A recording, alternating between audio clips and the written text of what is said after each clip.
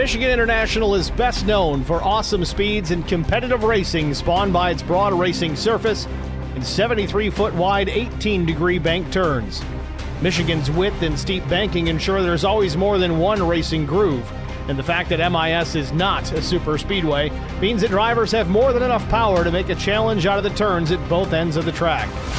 Once upon a time, Indy cars frolicked on those high banks at breathtaking speeds. Witness to Paul Tracy's record qualifying lap of 234.949 miles per hour. Today, Michigan regularly vies with Daytona, Talladega, and Texas as NASCAR's fastest speedway, with Jeff Gordon holding the Cup Series track record of 206.5 miles an hour. Richard Petty, David Pearson, Bobby and Davey Allison, Dale Earnhardt, Dale Jr., Jeff Gordon, Jimmy Johnson have all added their names to the roll call of MIS winners, one that also includes names like Andretti, Foyt, Unser, Mears, and Zanardi from the days when Indy cars raced in the Irish Hills. Allison to Yarborough, Andretti to Zanardi, the world's greatest racing drivers have been coming to Michigan to test their mettle for more than 40 years, and the fans have followed by the hundreds of thousands. Tonight, it's race 15 of the Vigilante Racing League, and it's next on Track Limits Network.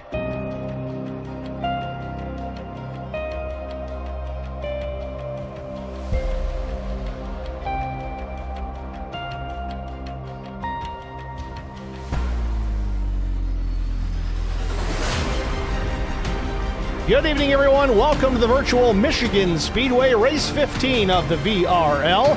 Race distance tonight, 110 laps, just a few longer than last night.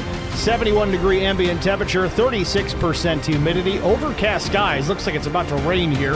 9-mile-per-hour breeze. Track temp very cool compared to last night, 78 degrees Fahrenheit. Drivers working on a 65% fuel load this evening. Should give them between 22 and 25 laps of fuel on a full load. 5 sets of tires available over the wall, no fast repairs, and 1 attempt at a green-white checkered finish if we need it. Practice already in the books. Let's take a look at the results of that session, which just completed here a moment ago. Dustin Eaton, fast time, 38.839. Then John Gallagher, Jonathan Osborne, Sean McDonnell, and Kelly Kuhl. Meanwhile, qualifying underway right now. We'll see who's left to take a time here. Not many. A few have already taken their opportunity.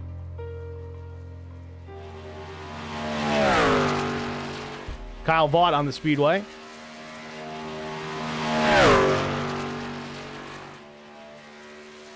$39.855. Right now, the top time very quick. It's the 7 of Tim Pope at $39.133. And speaking of Tim Pope, talking about playoffs here, we're getting near the end of this season. Pope has advanced to the final already. Remaining drivers eligible: Alan Vaught, Dustin Eaton, Larry Dickerson, Kyle Vaught, Trevor Robertson, Andrew Player, and Derek Welch. Any one of those drivers wins tonight, they automatically move on.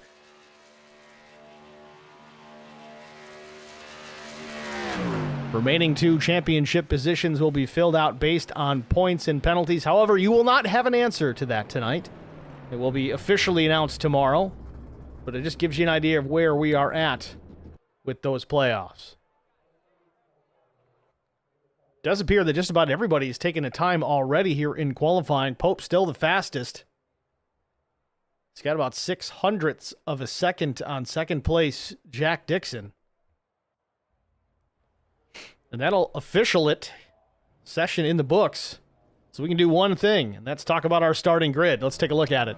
On the pole position with a lap time of 39.131 seconds. It's the 7 of Tim Pope, keeping on a rolling. Outside pole missed it by 15 thousandths, the 48 of Jack Dixon. In row number 2, it's the 33 of Alan Vaught, looking to lock himself into the championship. John Gallagher will start to his right elbow. Row 3, it's Kyle Vaught. Good qualifying attempt for the 16 with John Osborne up top. Row 4, it's Kelly Kuhl and John McAdam. Row 5, Dustin Eaton and Larry Dickerson, who's been very fast as of late. 11th starter, it's Mike Adamson. 12th belongs to the 99 of Albert Anderson.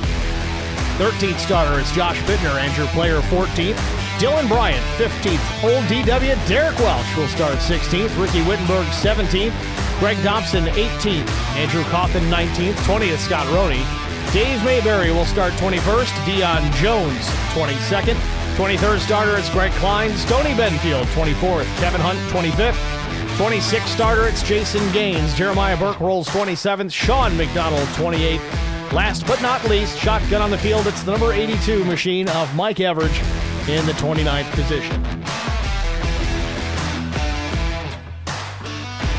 It's your starting grid here from Michigan Speedway, and we're going to be rolling here momentarily. It looks like everybody's already gridded up.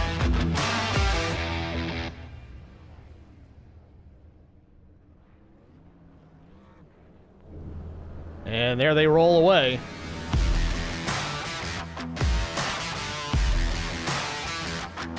One more look at the race details tonight. 110 laps, the distance 220 miles. Air temperature 70 degrees, 36% humidity, overcast skies, breeze picking up to 11 miles per hour. Track temp still nice and cool at 82 degrees Fahrenheit. Drivers working with a 65% fuel load, should give them 22 to 25 laps on a full tank. 5 sets of tires over the wall. 0 fast repairs, 0 zip, zillage. 1 attempt at a green-white checkered finish.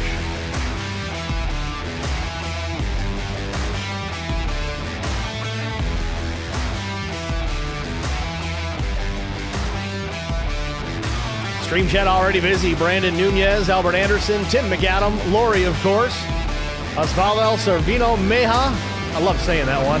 I don't think I've said it right yet, but I'm trying. Dustin Wade, of course.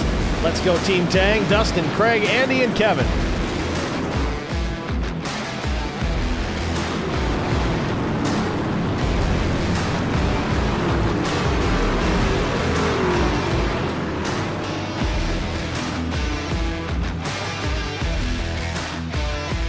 Base truck heads to pit lane. Barney with the green in hand.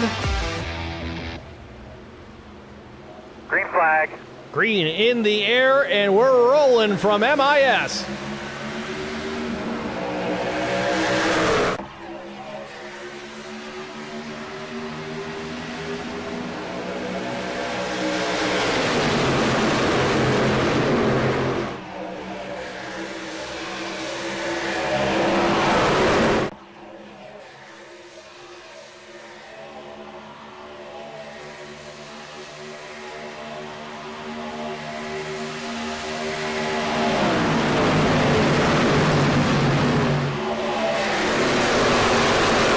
Turns 3 and 4 already. Pope with the early lead. Ellen Vaught up to second. Osborne in third. Pope's going to lead lap number 1. Dangerous thing about Tim Pope now is he's just out there having fun. He's locked into that championship contention. He's just going to go out here and try and pick up another trophy.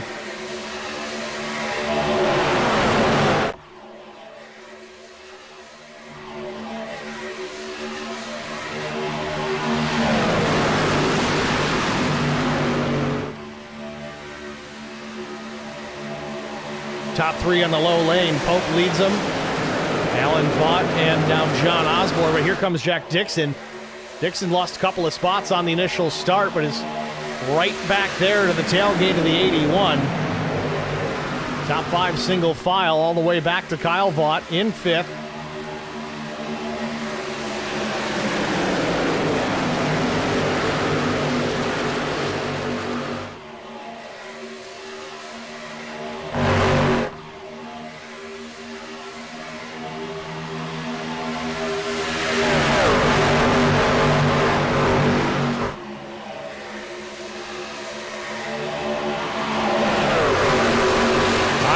With the 123 is John Gallagher. That is for position. Gallagher has the 5th spot for the time being.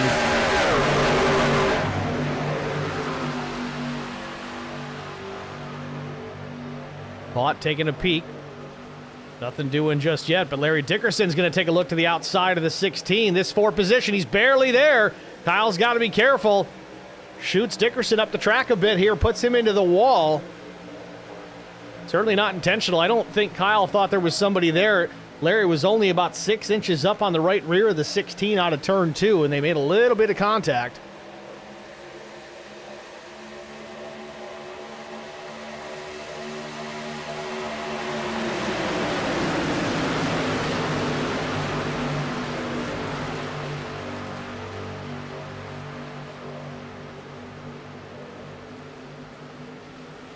So Kyle hanging on to P6, but now Albert Anderson wants to take a crack at it. Meanwhile, out front, might have a battle for the lead here momentarily. Ellen Vaught with a run. He doesn't use it up, though. Just checks up a little, stays off the back bumper of the 7. Osborne got the message as well. No contact made by any of these three.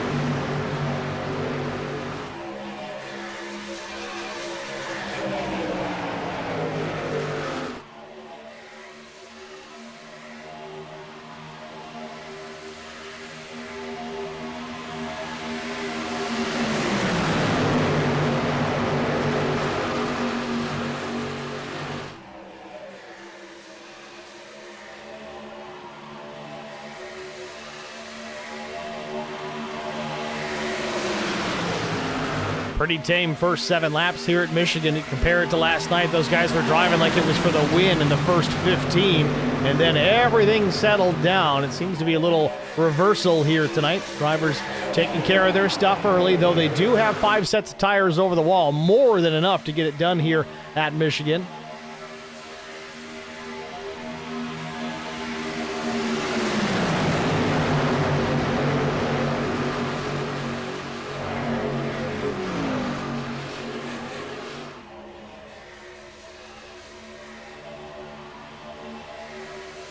Multiple lanes 3 wide here, just outside the top 5.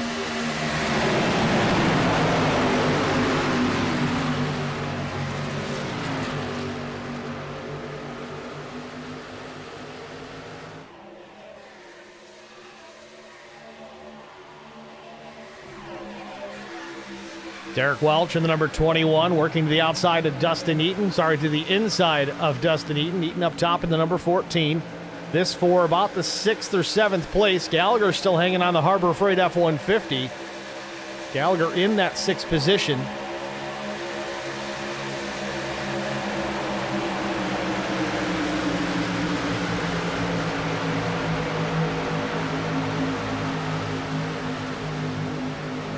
Last night, Derek Welch put the truck on pole position, but quickly had to go to the back. Still had a solid run. Definitely would have been a contender for the win if hadn't had to go to the rear of the field. We'll see if he's got an opportunity here tonight, as he's comfortably within the top 10 after starting 16th.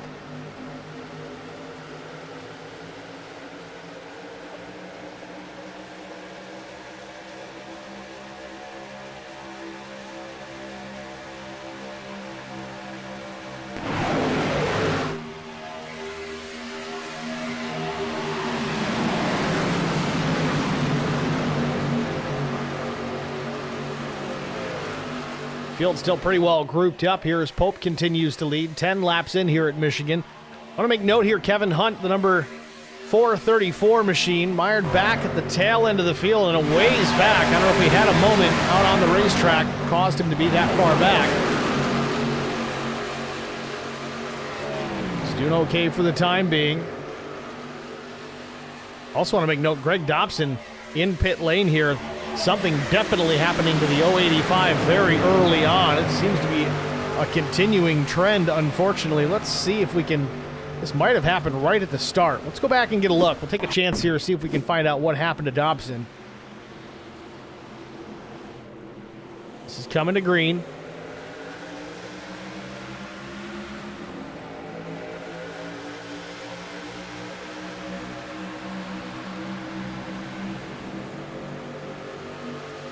Dobson with a run behind Derek Welch. Now we're in turn 1 and 2.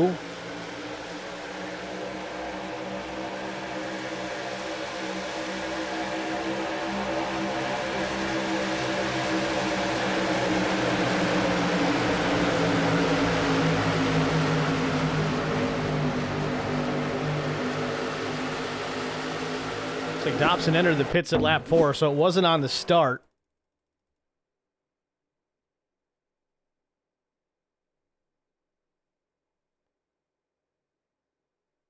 So he lost it all by himself, got up in the loose stuff in turn 2. This is about lap 3. Oh, it just came around. Have not seen one snap loose like that. I wonder if that's got anything to do with the update.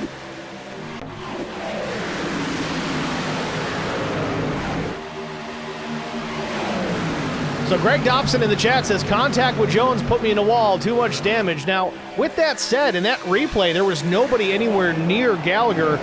Oh, we got trouble. No, I say Gallagher, but Gallagher's around. Big time trouble off of turn number 2. There, buddy. Multiple trucks involved. Gallagher, one of them, Andrew Player, John McAdam, Kyle Vaught. But yes, going back to the Dobson incident on lap 3, must have been some serious netcode going on because that particular truck does not appear in our replay. We only see the Dobson machine. Nevertheless, we're under caution here for the first time, lap 14. Let's get a look. 3 wide for a minute. Back it up a little bit further here. It looks like Eaton rolled up into Derek Welch. They were 3 wide. Gallagher was to the outside.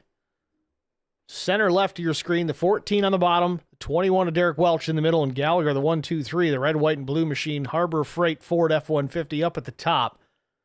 Eaton's going to come up off the bottom here. It looks, yeah, he's going to slide up, make a little bit of contact with the 21. That's going to knock him into Gallagher, and then the rest is chain reaction.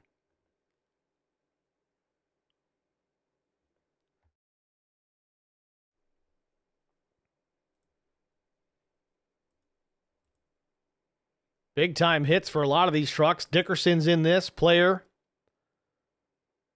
Kyle got a piece of Dickerson as well. Kyle Vaught doesn't look to be huge, but then he gets the other side of the nose into the 47. So that's going to be a problem, I think, for Kyle Vaught.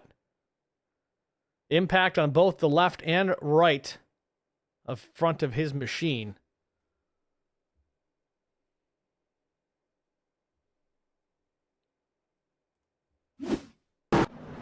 The pit stop's underway. Tim Pope into the box, has to back it up, was a little bit deep.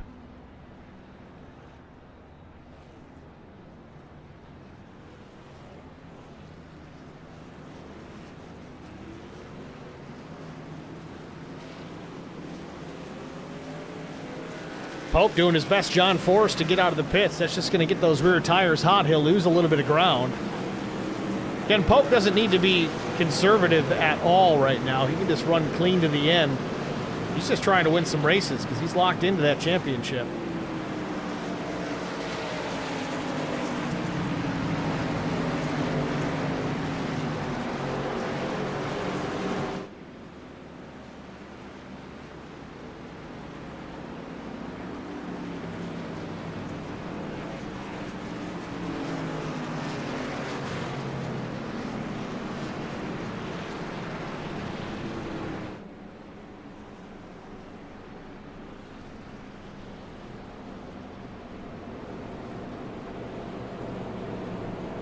So through the pit cycle, even though Bryant's not in the pits, he's going to take over the top spot. Again, these guys opted to come down and pit. Bryant went fuel only, which I don't really disagree with, especially if he was further back in the pack. He did start in the 15th position. But everybody else behind him opted for a set of tires. Now, the other part of looking at that is they had 5 sets over the wall. That's a lot of tires for 110 laps here at Michigan. I think they ran with 3 sets last night. Now, with the fuel on board and 3 sets of tires, it really did force those guys to manage them pretty considerably. You're going to have to double stint early or find a time to go without. These guys that ended up doing really well in last night's race that ended up winning it, the Sisk Speed Shop crew. They took their medicine early on in the race, going without tires. So really, the last pit stops, they were able to take tires every time and just kind of beat the daylights out of the tires all the way to the finish.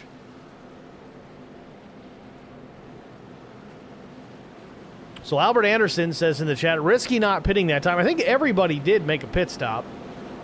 Again, we were only about 10 laps shy of the fuel window being timed to come down and top off the tanks. But again, the strategy of not taking tires. We're going to see how it pans out. I know there was about a 2-second difference in new versus old tires last night, but that was more than 15 laps. We'll see. If it's horrible, maybe Bryant gets lucky enough to catch a caution. He can go take his tires then. But he's trying to get himself a little bit off cycle here, which is not necessarily a bad thing. Also gets him some track position. Pace truck is in. We're ready for the restart. Green flag. There it is. Green flag in the air.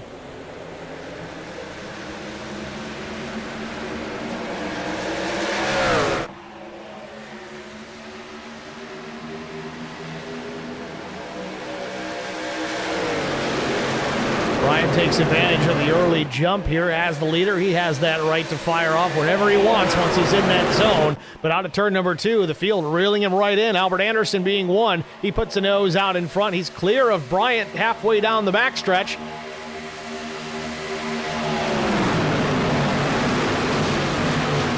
And just like that, you see the difference. Bryant goes from first on the restart to 12th, coming back to the stripe. Jack Dixon now the race leader. Dixon takes the spot from the 99.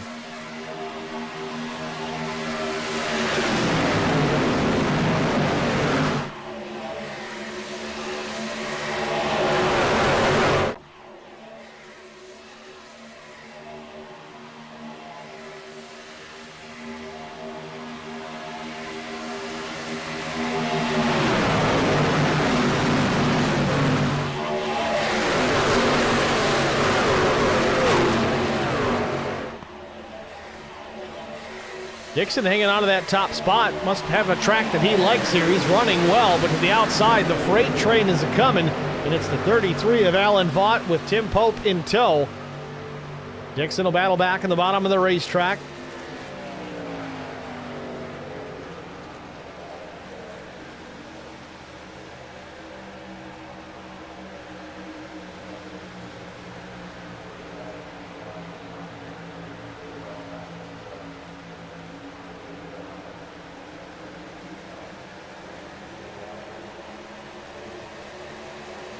Dixon trying to hold off the hard-charging Alan Vaught, not getting a whole lot of help as far as the push is concerned, and that's really to be his detriment right now. Pope pushes Alan Vaught to the race lead here as they head down into turn 1.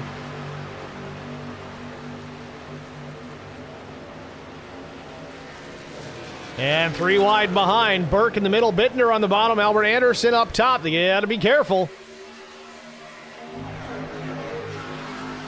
3 wide behind them as well. Osborne on the bottom, Welch in the middle, and Scott Roney up top. Welch doesn't like being in the middle, I would imagine, after Dustin Eaton came up and got into the left side of the 21 in the previous caution, but here we go again. 3 wide once again. Now the 29 rolls into the picture. Dave Mayberry alongside Derek Welch. Welch still to meet in the sandwich as they head down into turn number 1. Sunshine peeking out, and Mayberry slips up the track, almost repeats the first caution, manages to stay off the door of Derek Welch. Oh, in trouble now, Jeremiah Burke. Caution, sorry, caution. Josh Bittner, I believe, and Jeremiah Burke coming together here on the backstretch.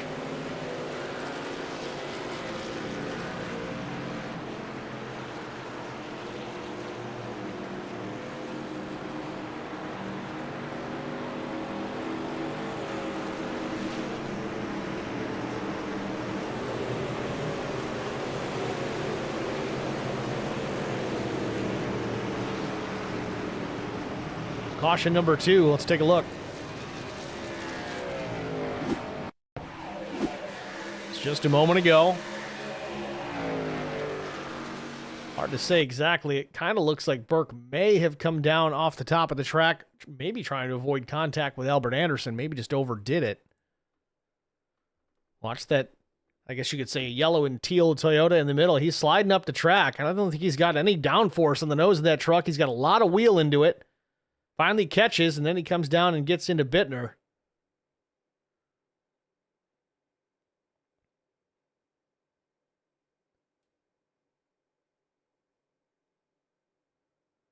Man, I thought Bittner was going to be able to hold on to it, but he's going to make massive contact with that safer barrier to the inside.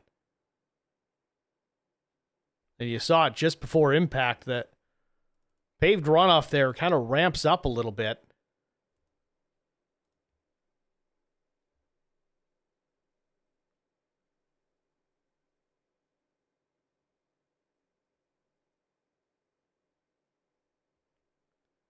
Ouch.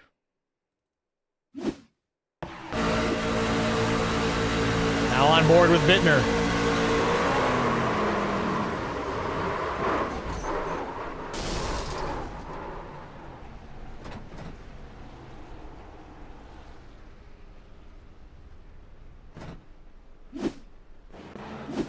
Big hit for Bittner. He'll likely be out of this one. So some more pit stops underway. A lot of drivers did stay out. I think the whole top 15 stays on the racetrack. But everybody behind them opted to come down and top off the fuel. That's going to get them a little off sequence here. It makes for a little less crowded pit road, too. That's something that's worth looking at later on.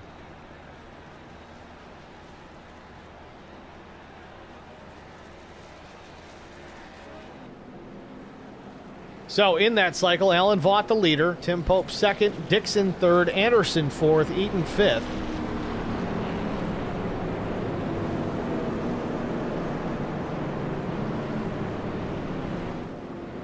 Man, still a very busy chat. You got Dalton Shoulders, Taylor Provax. We got TM Kitchen and Grill. Kathy A. We got Edith Anderson. Thanks for checking in, everybody.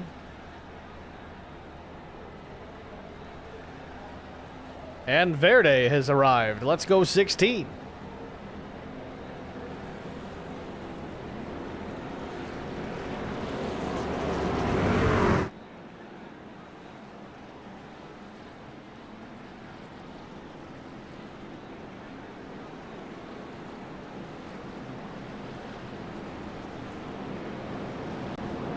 Doesn't Verde mean green? I think it does. Going back to my middle school Spanish days. I think Verde means green. I'm almost positive. All right, getting ready for the restart here. We're doubled up, ready to go. Be lap 25 when we go back racing. Field out of turn 2 right now, so still a little more than a half a lap away.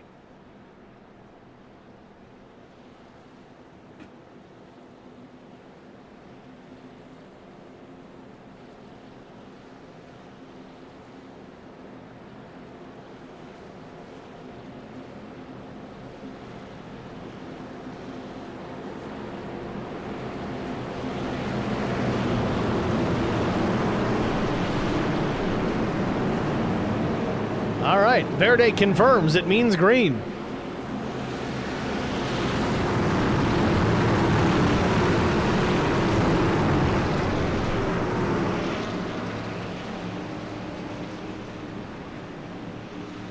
All right, field in turn 4. Pace truck headed to pit lane. Barney with the flag in hand, and Verde, Verde, Verde.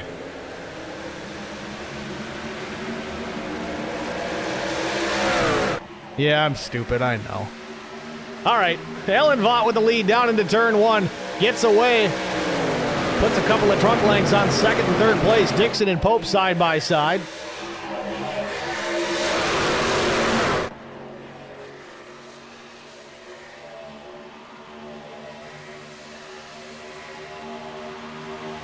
Pope just inches off the wall, trying to straighten out turns 3 and 4 the best that he can, and it works well for him. He's got a run onto the back bumper of Alan Vaught through turn 4.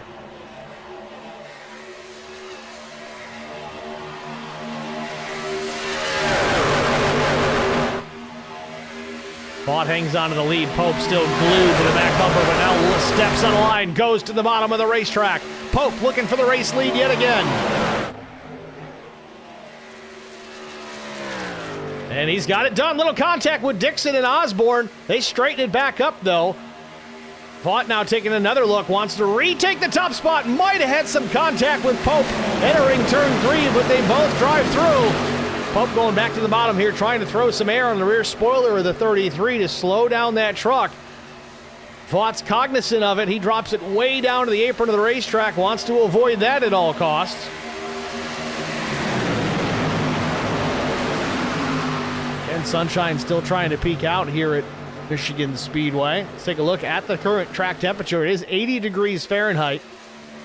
We'll see if this sunshine starting to blanket the racetrack brings that temperature up at all. We'll check back. Meanwhile, behind the leaders, action hot and heavy. 2 and 3 wide. Osborne on the bottom. Then it's Albert Anderson and Dixon in the mix. Then behind them, you got Roney, Derek Welch, and Mike Adamson in the 88. And Welch, hard left to the bottom of the racetrack. Very abrupt move for the 21. I think it really scrubbed away the run that he had to the inside of Osborne. He'll tuck back in behind.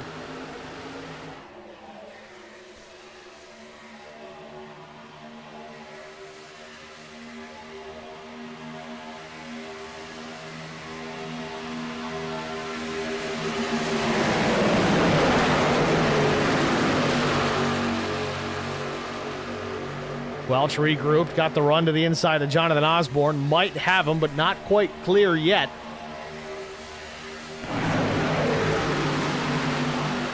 Still a side-by-side battle. This for the 7th position.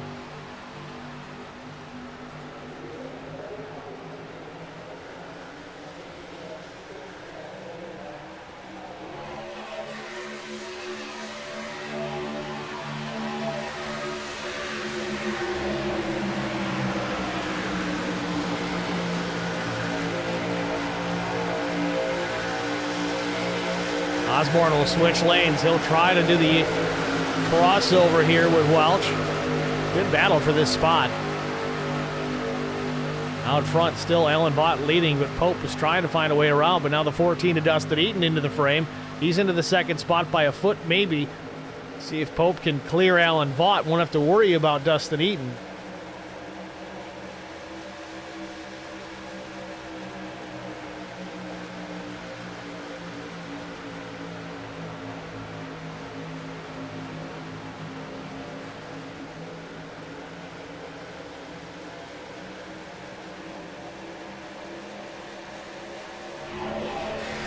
Field out of 4. Alan Vaught maintains that top spot. Dustin Eaton pushing to 33 now. Tim Pope able to hang on for the time being.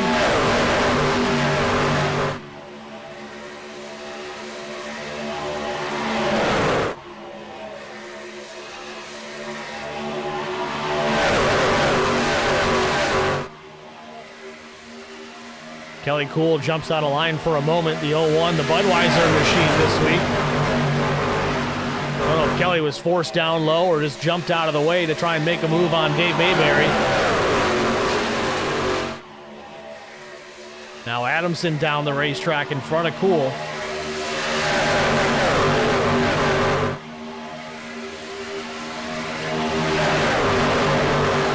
Battle for the lead. Dustin Eaton to the bottom of the racetrack, trying to take it away from Alan Vaught. Powers to the bottom of the racetrack. Doesn't lift. Crosses up in front of it. Alan Vaught takes the top spot. Alan crosses over. He'll attack again into 3.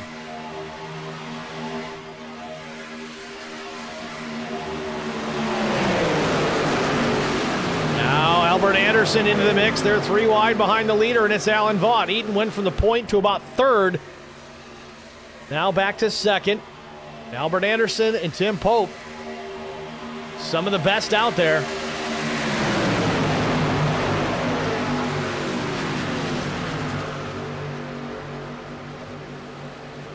Albert Anderson now, bottom of the racetrack, looking for the top spot. Eaton to the top side, looking for the lead as well. They're 3 wide for the race lead here at Michigan. Eaton was just about a nose ahead of the 33. Anderson's going to take the short way around and go to the bottom of the racetrack. Not enough of a run for the 99. The top 2 trucks seem to be doing okay with it, but Alan Vaught switches it, goes to the bottom of the racetrack, blocks the advance from Albert Anderson. It really seemed to cost him. Again, we kind of saw the same thing with Derek Welch. That hard left turn, when you don't need it, it scrubs speed. You add friction into that right front tire especially, it's going to slow the truck down ever so slightly, certainly enough to let the field gain some ground, but Man, somehow Alan Vaught regained it back. He's hanging out of that top spot as they traverse the back straightaway.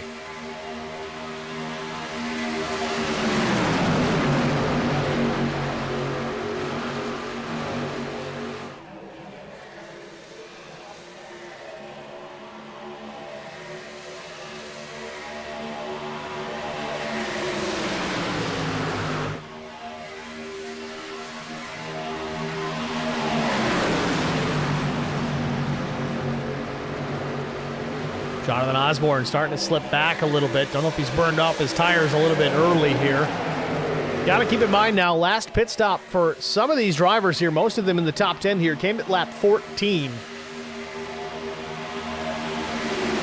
Probably about 5 laps away from seeing some more pit stops, and this time it'll be under green flag conditions. Also, meanwhile, Tim Pope has fallen back to just about the 10th spot.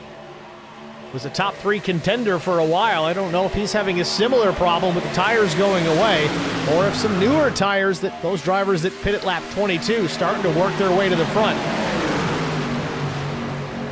Doesn't seem to be hurting Alan Vaught at all, though. He is still out in front. Granted, he does have the benefit of clean air.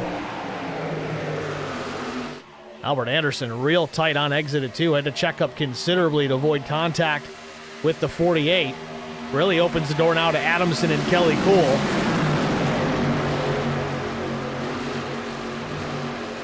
So the 88 and the 01, at least the 88 for certain, has got around and cleared the 99 of Albert Anderson. Kelly Cool trying to do the same. Adamson now in front of the 99, right in front.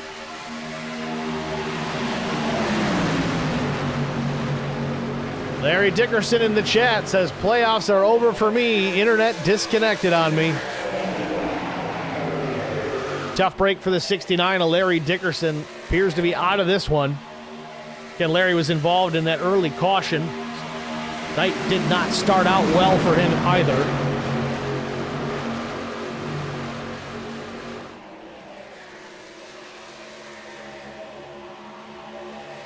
Derek Welch, a little scrape of the wall there off of turn 4.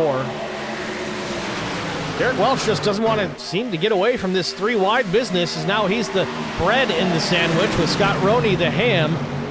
Osborne there on the bottom to complete it. They double it back up now into turns 1 and 2.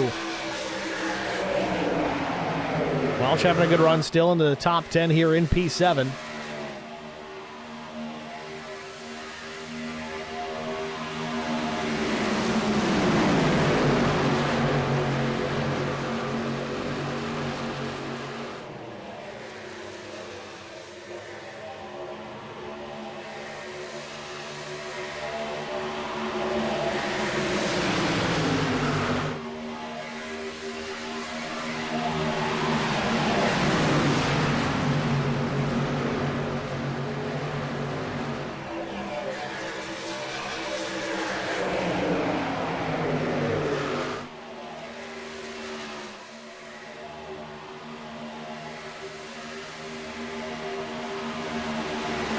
Derek Welch now battling with the 01 of Kelly Cool.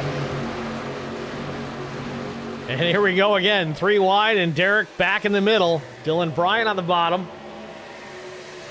As Jonathan Osborne comes to pit lane, Jack Dixon did the same. As we expected here, going to see some pit stops begin to happen here under green flag conditions. Side by side, they might have banged doors into turn 1. Welch and Kelly Cool. Kelly's going to lose a bunch of momentum in a couple of spots out of this, so Cool's going to fall back here to the 7th spot. Welch now into the top 5.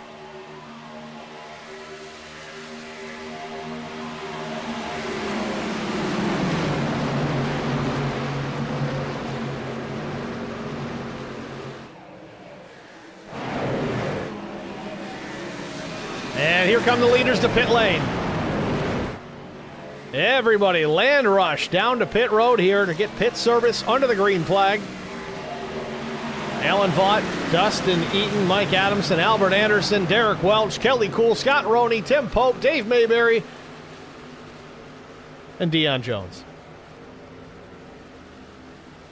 Just about everybody in that lead pack here coming down to pit. Right side tire change certainly for Alan Vaught, likely to be a 4-tire stop. Derek Welch down and away.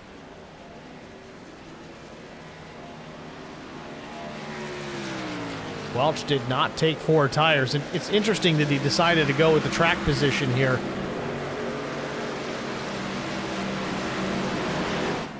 Welch should get out just ahead of Alan Vaught, but Alan took 4.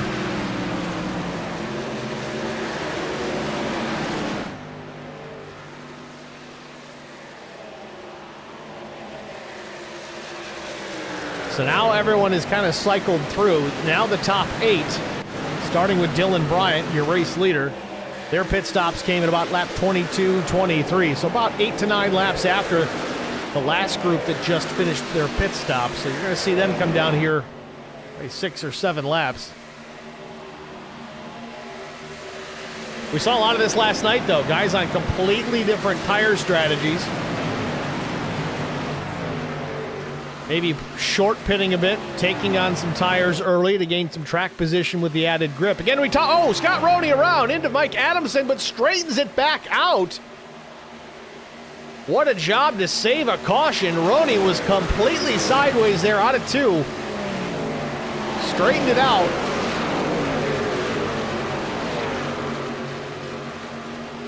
Going back to the tire conversation, you're going to see some comers and goers throughout the night now. You've got some guys that are about 10 laps apart, 8 to 10 laps apart on tire strategy. It's not so much that they're worried about running out of tires, because I just don't think that's going to be a problem here tonight. But it does put them in a situation where, all right, who has the freshest tires at the latest point in the race? That's going to be the group that will end up winning this race, more than likely.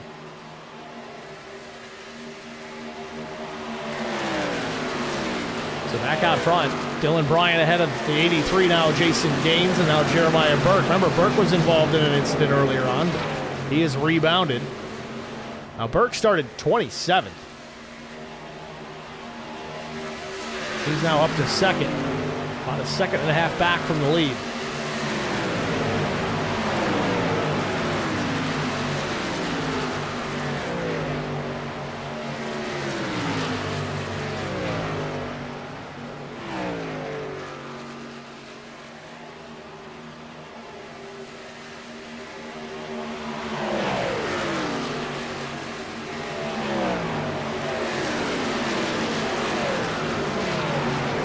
Got Lori in the chat, says, love the strategies. We're going to find out what works and what doesn't. And we're also going to find out that whatever works tonight might not work tomorrow. Andrew Player, Stoney Benfield now pulled down to pit lane.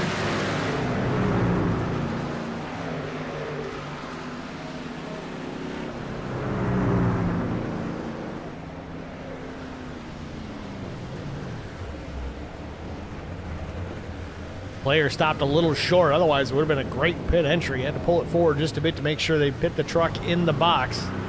Right side tire change for the 13 of Andrew Player. 4 tires, Sunoco race fuel. He'll drop the jack. He'll head back out into the action. 15.10 seconds on that very small mistake getting into the pit box. Cost him probably 0.6, which at 190 miles an hour is a lot of track position. Jeremiah Burke now coming to the attention of his pit crew. This is what we expected here. The second round of green flag stops. Kind of alternate groups is the best way I can describe it. You get about 8 to 10 guys that pit on lap 14, 8 to 10 guys that pit about lap 22, and the cycle continues. Kyle Vaught going to put 4 tires on.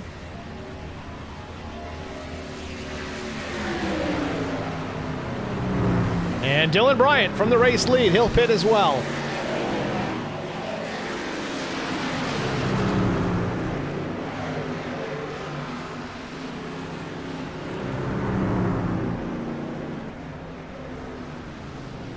While we go through this pit cycle, I want to reiterate drivers that were championship eligible: Tim Pope, Alan Vaught, Dustin Eaton, Larry Dickerson, Kyle Vaught, Trevor Robertson, Andrew Player, and Derek Welch. Tim Pope is already advanced.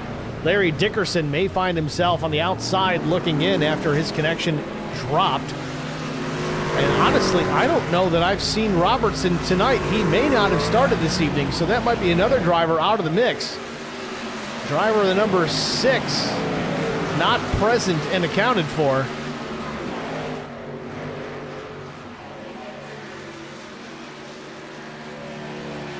any of those drivers we spoke of ends up winning the race, they automatically advance, and then the balance, the next two, would be locked in based on point standings alone. If none of those guys win and we get a surprise, well, then they base it on points the rest of the way. I think I got it right, Lori.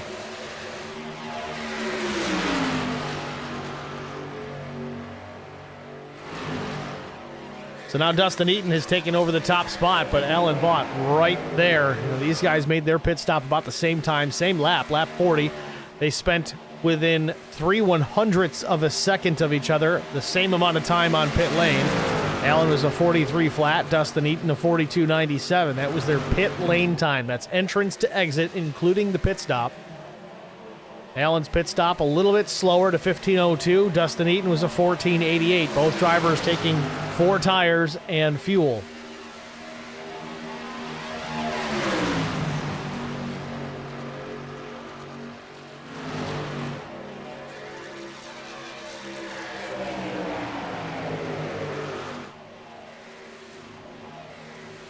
Already 50 laps in here at Michigan Speedway. They're clicking off in a hurry. Dustin Eaton now goes back to the point. Now, something we saw a lot of last night, and it might have had something to do with the fact that they went green to checkered without a yellow.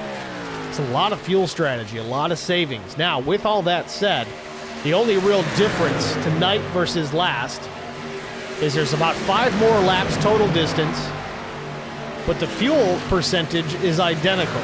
So I'm real curious to see how this one plays out. If we continue to get these long runs and green flag pit stops, this could come down to not just who has the freshest tires at the end, but who's got enough Tiger in the tank to make it there.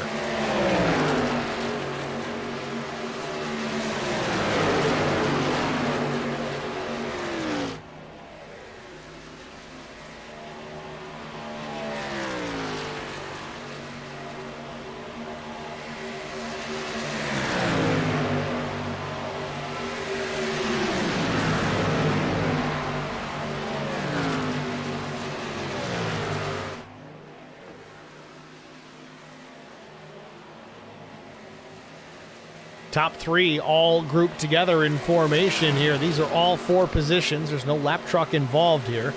Eaton temporarily with the lead. Going back and forth, swapping it with the 33 of Alan Vaught. And then Jonathan Osborne there in the 3rd spot.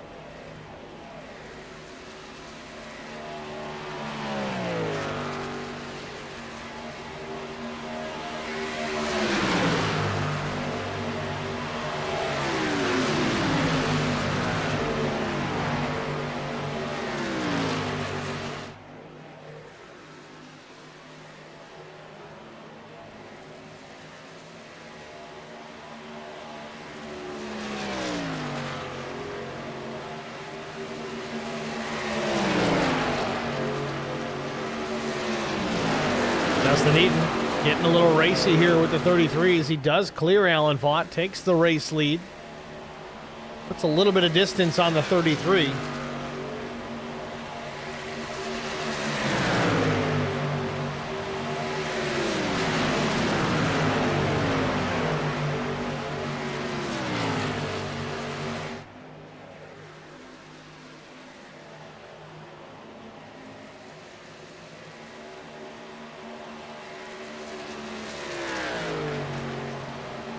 Further back through the field here, we'll go back to Jason Gaines in P4. He's a ways back, but not out of the mix. Only 2.7 seconds off the race lead. Then Tim Pope running there in 5th. Mike Adamson 6th. Kelly Cool 7th. 8th, Andrew Coffin. Dave Mayberry 9th. Dylan Bryant 10th.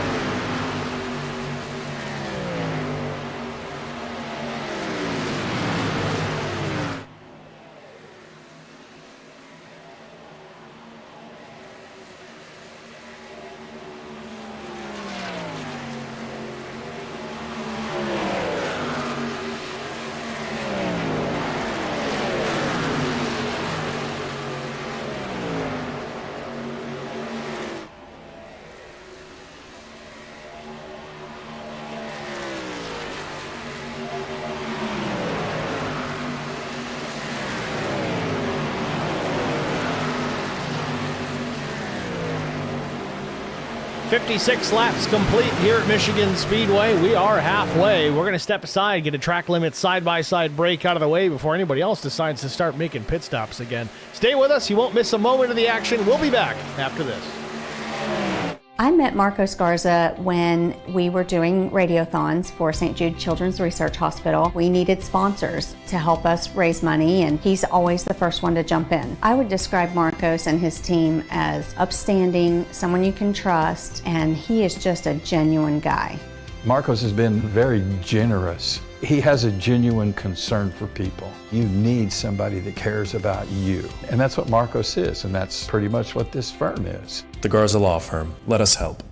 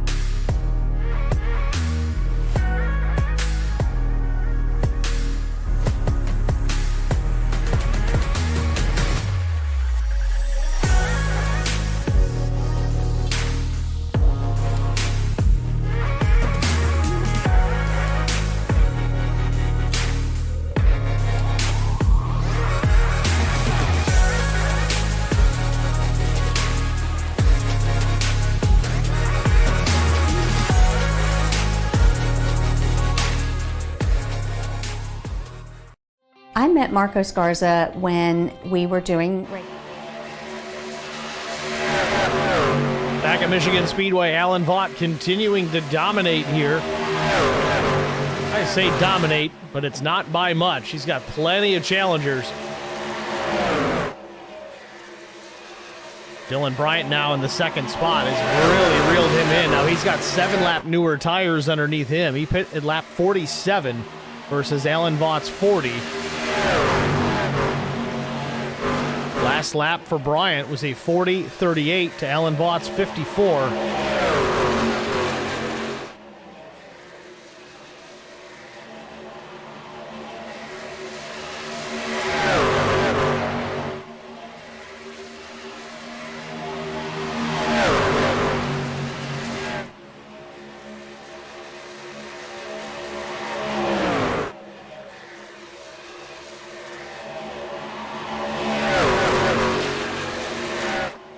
Meanwhile, John Osborne, Jack Dixon, Dave Mayberry all on pit lane.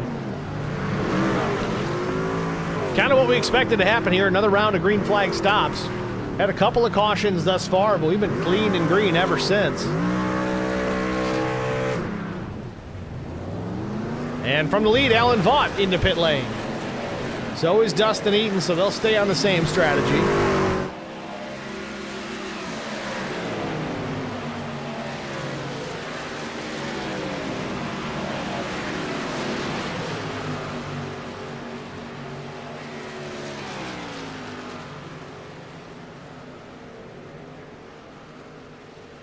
Tim Pope also in the pits. Kelly Kuhl, Mike Adamson. Bryant has taken over the lead now. Remember, he did pit a little later, so that's going to be the same story. He'll be pitting later yet again.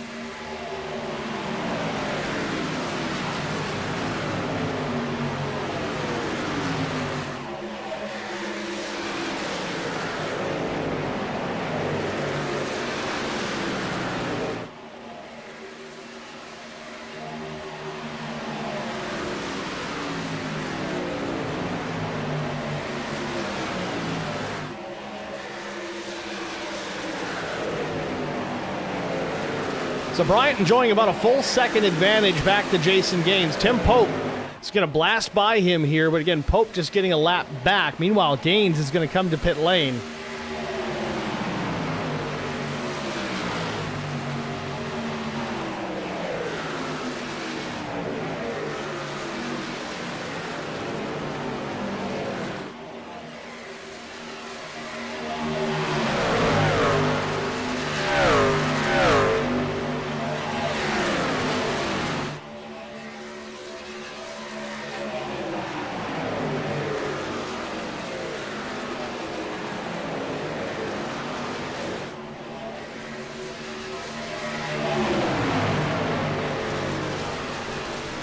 Bryant now with 2.8 seconds back to Jeremiah Burke.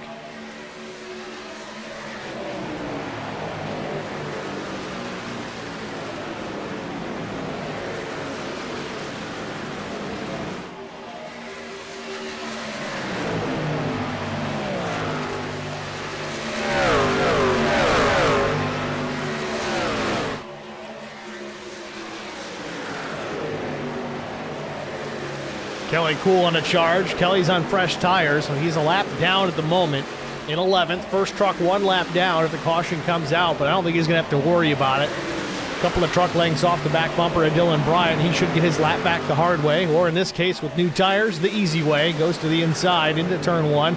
Gaines is going to go with him. Gaines just put tires on as well.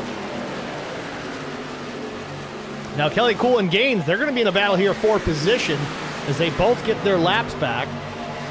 Adamson the same, Albert Anderson the same.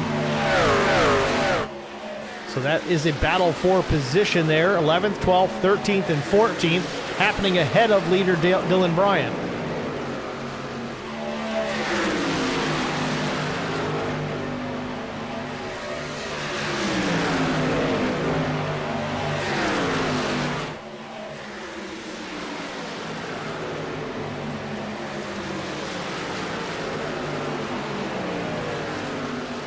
Going back to the points conversation, Lori did confirm in the chat, but if you're not paying attention to the chat, you wouldn't necessarily know it. But talking about Trevor Robertson, he did not get into the session in time to make the race, and unfortunately Larry Dickerson will take a DNF, did not finish. So again, 3 out of the 5 will advance tonight.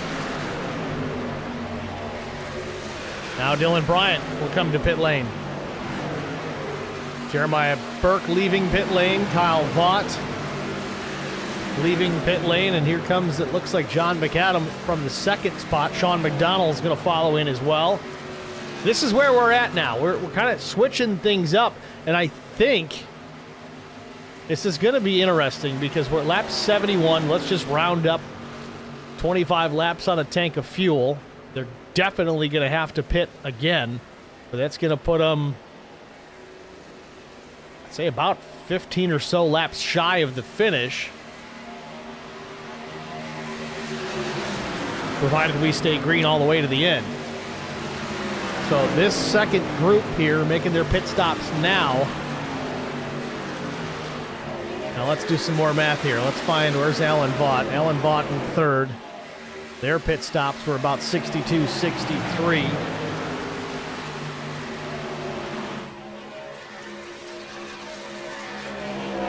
So for certain, Alan Vaught's going to need to make 2 more stops if we stay green. But if he's got tires still sitting over the wall, he can pretty much just take 4 both pit stops and just head on through. Now, the alternative here, you look at Dylan Bryant, just made his pit stop now. He's definitely going to need to pit one more time. It looks like he took tires this pit stop, 15.13 seconds in the box. That final stop is going to come with about 15 to go. If we go green all the way to the end, he's got a decision to make. Does he go back out with just fuel only, try to get some track position by only putting 8 or 9 seconds of fuel in? Now, keeping in mind, he's going to be about 2 seconds a lap off the pace compared to those on fresh tires. So let's kind of meet in the middle. Let's say it's 1 second a lap. So he'll save 5 seconds or so by going fuel only, but then he'll consequently lose about 15 seconds on the tire strategy. So even though there's not a full run left in the tank from 51 of Bryant on that final stop, if I'm the crew chief, I'm going to bolt on 4 anyway. Of course, cautions would screw this whole thing up, and everybody's got to throw out the paperwork and start over and figure out a new plan. As Albert Anderson says, pit strategy chess match. That's exactly what it is. And of course, Lori jumps in. True, Papa Anderson. She gets it. She knows how this works, too.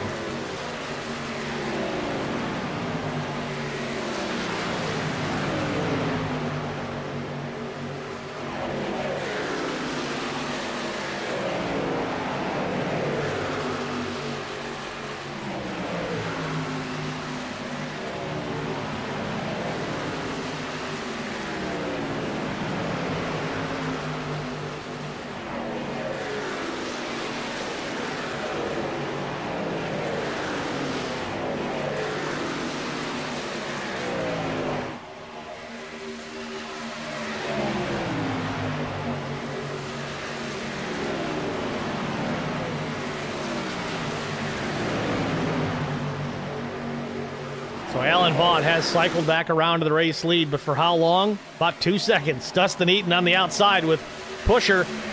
Jonathan Osborne behind him. It's enough to get him alongside in the backstretch, but Alan, he's got something figured out there on the bottom. And conspicuous by his absence, well, we'll go to it in a minute. Crossover from Dustin Eaton is the slide job in full effect from Alan Vaught. Let's figure this one out. Dustin Eaton goes to the bottom of the racetrack for the race lead here after a brazen move by the 33 to retake the top spot. Eaton ain't playing. Takes the race lead away, and here comes Tim Pope back in action. It's like the beginning of the race all over again, but now they're driving in anger.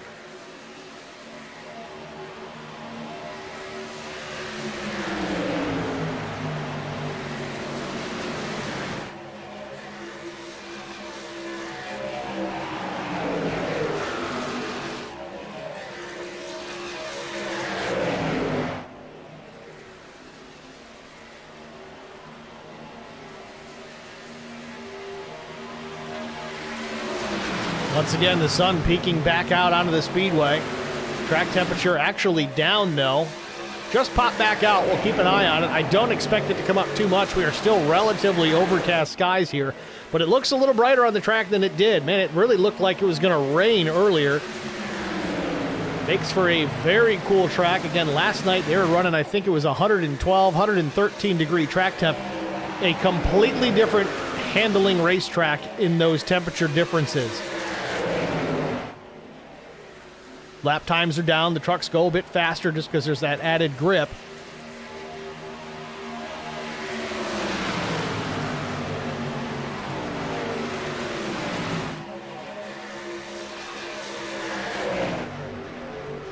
Eaton with the lead, but Alan Vaught back on the charge. I tell you, it's fun watching these two leagues. We talk about it almost every single week, how the Num Thumbs Racing League running on Tuesday nights, they mirror the same schedule as the VRL, but they run their races a little different. They kind of handicap the guys, force them to think on their feet a little bit more. They don't let them have as many tires. Many times the fuel is the same, but no, some contact with Vaught and Eaton headed into one. Vaught trying to break the momentum of the 14. It didn't seem to work too much as Eaton's still right there, but Vaught running in the third spot. Pope running in the third spot. Hoping to pick up some table scraps if these guys finish off what they're doing. Track temp up a degree.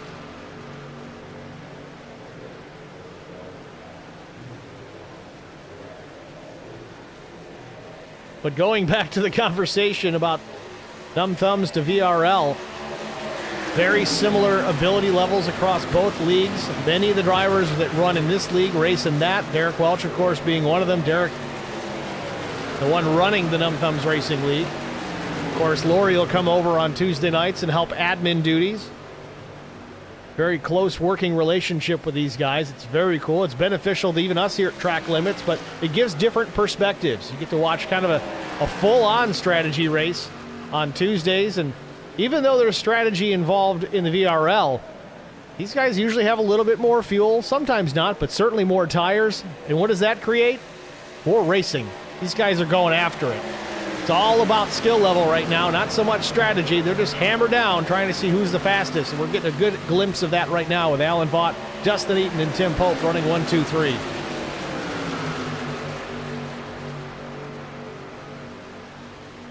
Little loose off of turn 2 for Dustin Eaton.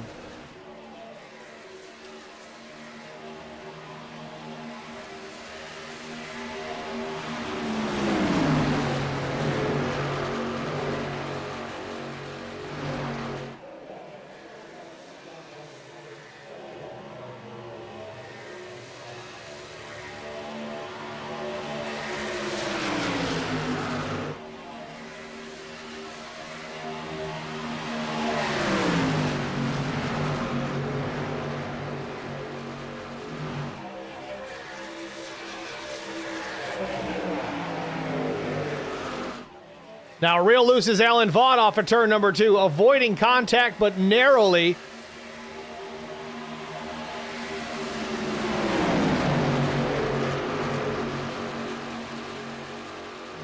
This has allowed Jason Gaines and Dylan Bryant into the mix, so the top 5 all grouped back up, and Osborne and Burke not too far in behind either.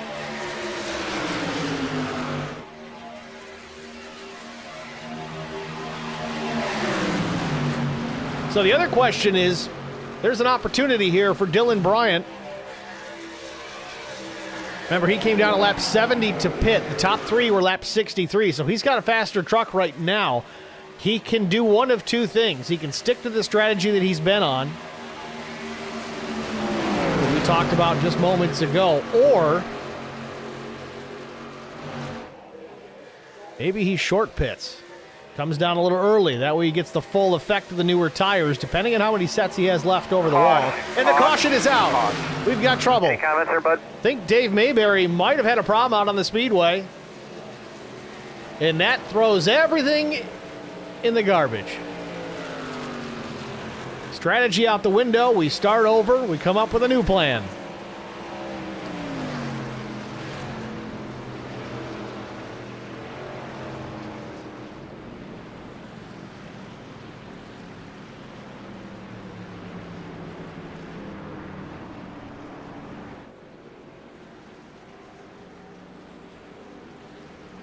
So let's do some math here. Do we lap 85? I think when the pits open up, we'll see if they make the trek down pit lane at this point. So let's say we go back green at 87. We'll knock it down a little bit from 25 to, say, 23 laps. It's going to be tight, folks. If they go 23 laps on a tank of fuel, if we go back green at lap 87, that gives them just enough fuel to make it to lap 110. Now, if these guys can save a little bit during the run, maybe they can go extra, but even if we get a late green-white checkered finish, I still think you're going to see everybody pit.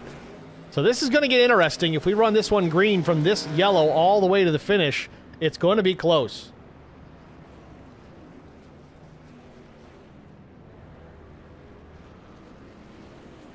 And just like that, everybody on the lead lap has come down to pit. Except Albert Anderson. He has stayed out on the track. Now, I don't know if he's a lead lap truck. He might be trying to get back on the tail end. He might have been on the lead lap, but at the very end of it. Now, with that, let's go and try and get a look what happened here to put us under our third caution of the night. Dave Mayberry in trouble. This is just a moment ago. Oh, no, it's behind him. Mayberry was coming to pit lane. Caution came out, and he gets back in the throttle.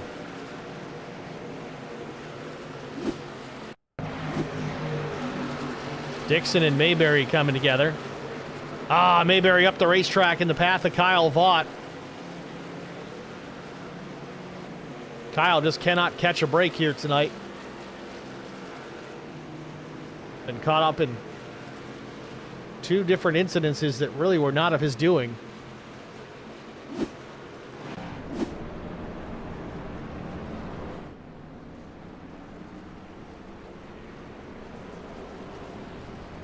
So after the pit stops, here's the running order of the top 10. Alan Vaught, Dylan Bryant, Dustin Eaton, Jason Gaines, Tim Pope, Jeremiah Burke, Jonathan Osborne, Kelly Kuhl, Mike Adamson.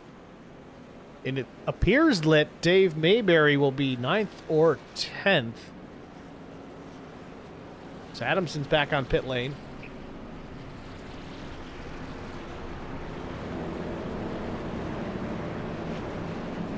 Now we are on the 1 to go.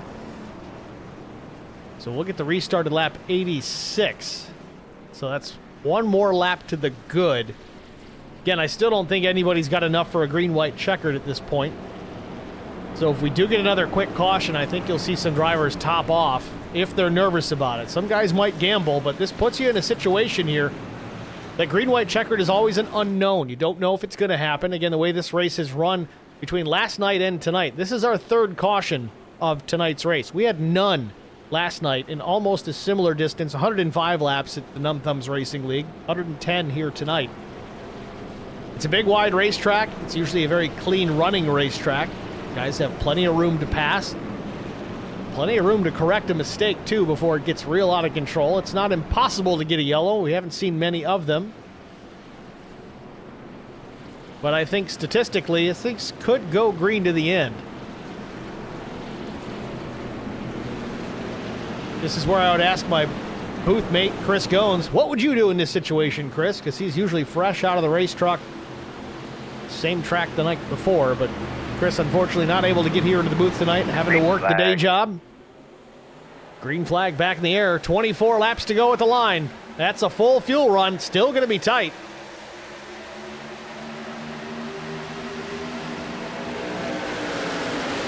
Allen way up the racetrack, gets a good arc down into turn 1. Meanwhile, battle for the second spot. Dylan Bryant and Dustin Eaton side by side. Behind them, it's Pope and Gaines. And then Osborne and Burke.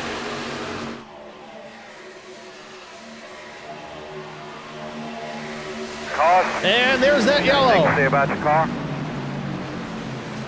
Mike Everidge involved again, and he quickly goes to pit lane with a lot of damage. So that takes the concern about the fuel and, again, throws it out the window. You see how quickly that can change.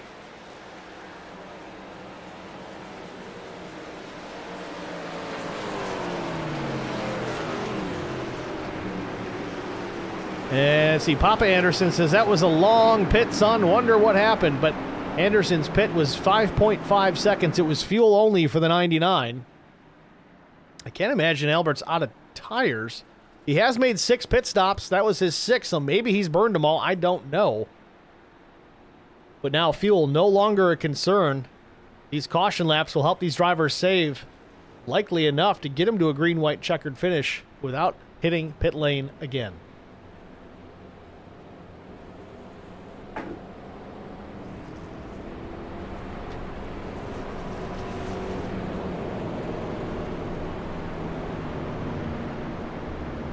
All right, so I'm going to try it again. The Let's Go 16, Let's Go. Osvaldo Severino Meja? Did I get it right this time? I'm trying. I know I've said it a million times the wrong way. No one's correcting me. I don't take an offense. Oh, Tim Pope's going to pit. So is Kyle Vaught. There's a lot of drivers going to come down and take an opportunity here. They're going to gamble. Again, we talked about Tim Pope. He's just chasing trophies right now until that championship race. He's locked in, so he can throw caution to the wind here, no pun intended. Come down and take an opportunity. He's going to top off the fuel. We'll see if he's got a set of tires sitting there. He definitely does. He's only made 4 pit stops. So does he bolt a set on? I can't imagine he wouldn't. Nope, topping off. Still saving that set. So Tim Pope putting his chips down on another caution coming out before this one's over. Tom in the chat. Albert's got a plan. That dude always shows up at the end. He sure does.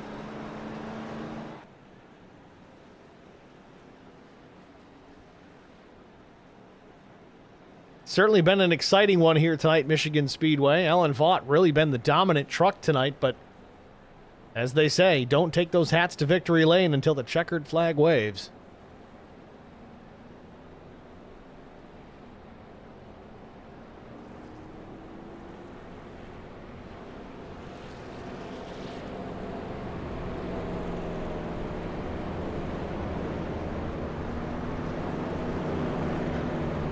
Now, we're going to do something very interesting next week, very different next week.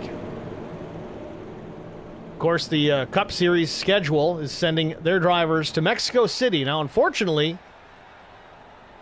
there's no scan for Mexico City with iRacing just yet. Give it time. It'll be there. So the Numb Thumbs Racing League will actually be running still a road course, but they'll be at Watkins Glen International next Tuesday. But the Vigilante Racing League, they're not going to a NASCAR track, per se. They're going to Interlagos, the Formula One facility in Brazil. That's going to be a fun one. We've seen stock car races there in iRacing in the past, and it can put on a really good show. It's different. It's something fun. I really commend Lori and Alan for making that decision to run there. It's really stepping outside the box, but it should be a fun one next week.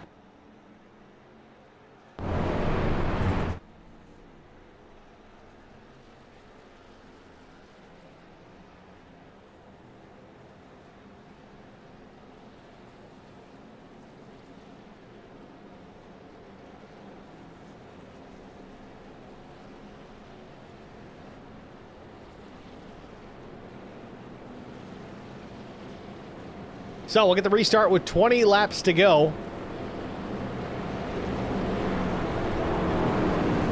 Oh, Lori says sticking with NASCAR. Wait a minute, what happened? Are we not running Interlagos now?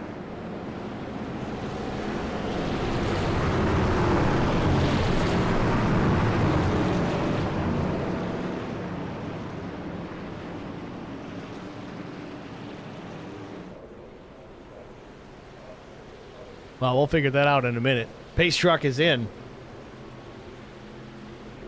Ready, green flag. Green back in the air. Field coming up to speed.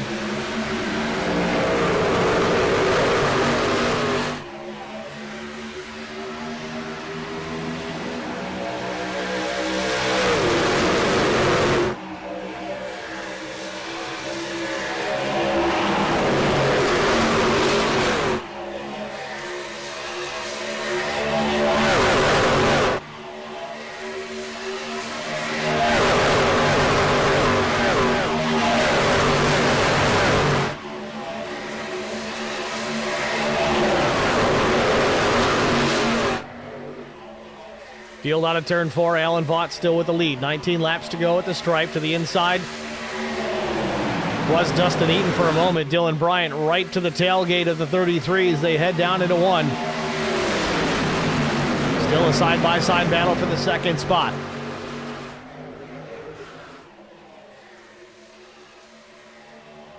Anybody's game here. 20 trucks plus on the lead lap. Kyle Vaught, though, still on the lead lap in 20th.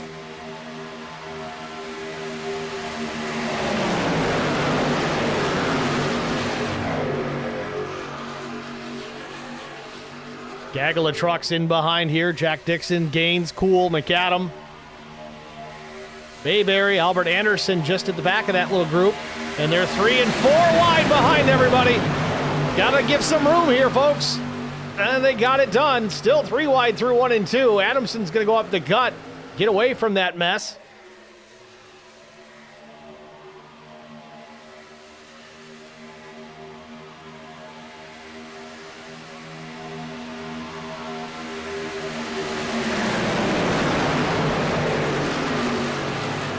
Now Dylan Bryant to the race lead, sticks his nose underneath the 33. Kind of what we thought would happen without the caution. They'd get back on the same tire strategy, but the yellow came out. Now they're on the same tire plan.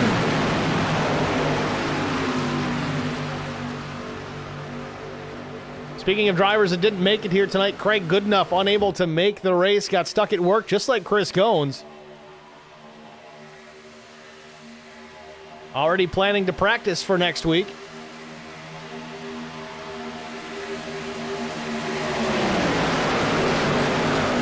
Bryant's time with the race lead did not last long as Vaught took it right back all over the place. And here comes Dustin Eaton, swapping lanes, goes to the bottom of the racetrack.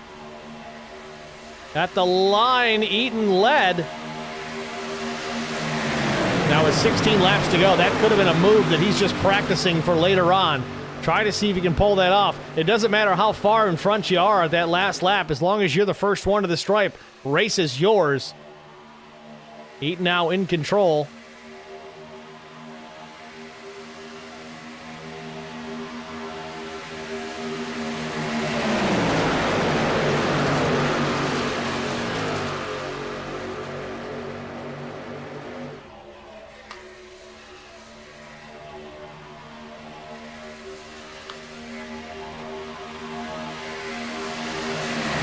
Look at those top two just starting to stretch it out. Tandem draft.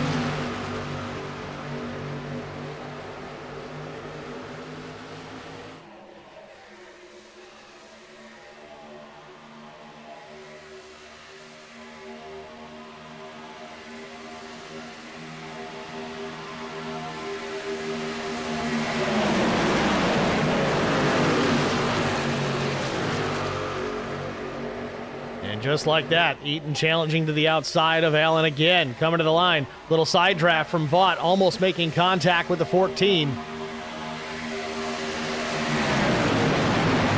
Top 4 in formation, headed down into turn 1. Adamson making a brazen move to the inside. Is there room with him and Osborne? It's close. Gets clear. Osborne almost getting into the 88. Now Jeremiah Burke steps on the line in contact. Osborne goes around, almost goes on his lid. Caution is out here late at Michigan Speedway.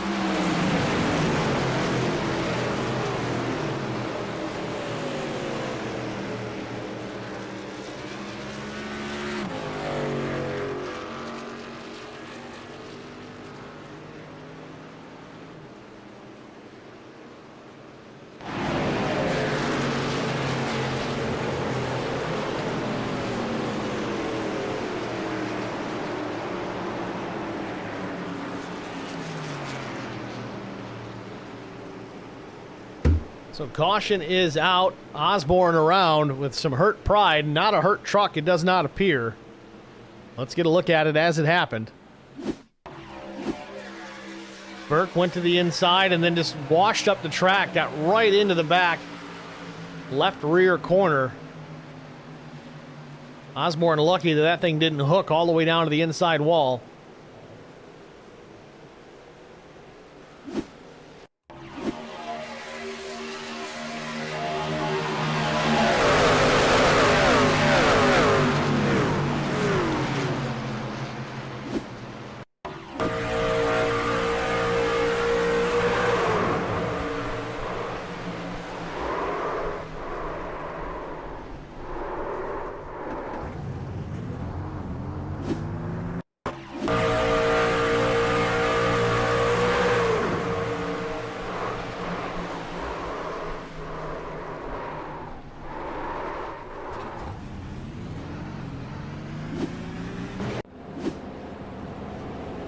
So we're going to see some takers on pit lane here late, and as we suspected, Tim Pope's going to be one to do it. Has a fresh set of tires down there. The question is, does he have enough time to utilize those tires and make it back up to the front and challenge for this win? Dixon's going to put tires on as well.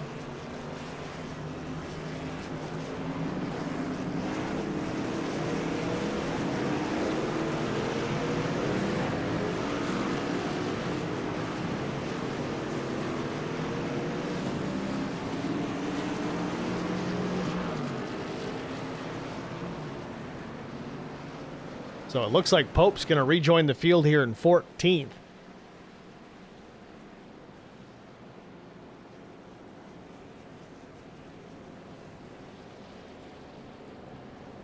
So the first truck with new tires is going to be the 51 of Dylan Bryant. He'll restart 9th.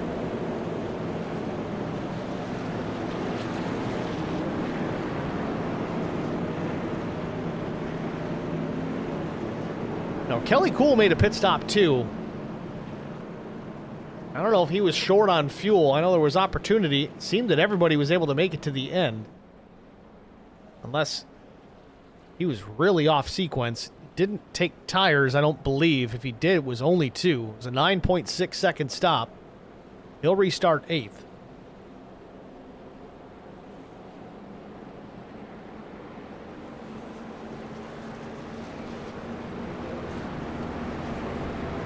So lights are off on the pace truck. It'll be a 10-lap shootout. We'll see if fresh tires beats old ones. Single lap times, it certainly does. We'll see if there's too much traffic to work through to get up there or not. It's John Wayne time.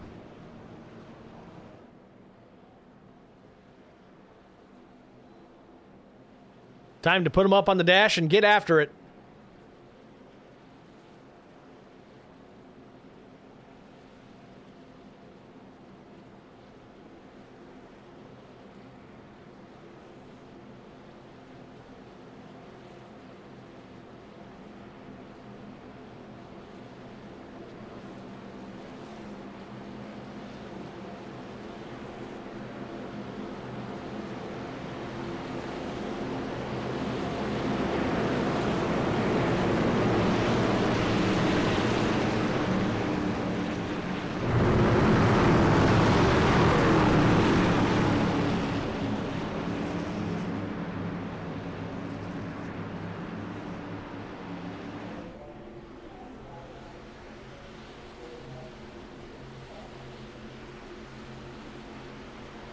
Green flag, green flag.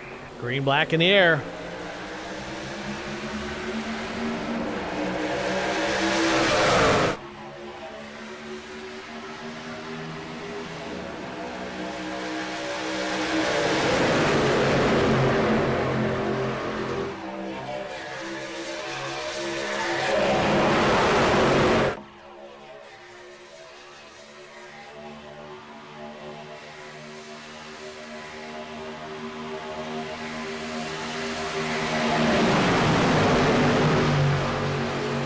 With the lead now.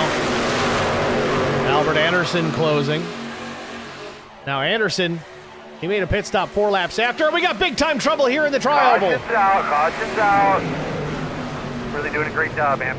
We'll keep working on this thing for you. How you doing inside there? You feeling okay? Kelly Cool, Jack Dixon, Dion Jones. Jones parks it in victory lane, but the race ain't over yet. Not where you want to be.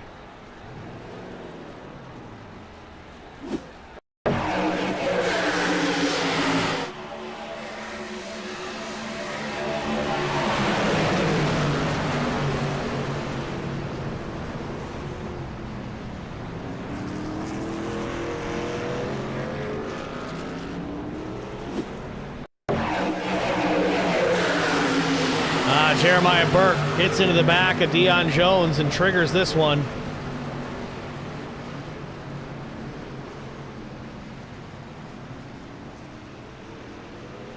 Kevin Hunt drove through that one and wide open, I believe. Let's see if we can get a look at that.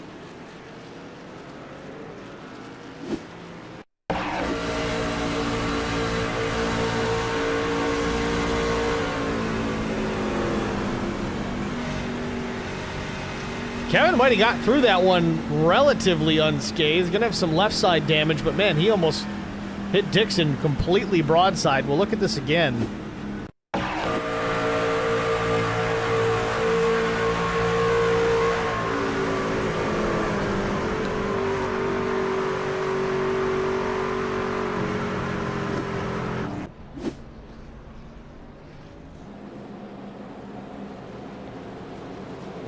So that moved Pope up into the 9th spot. Might be a restart with 6 to go.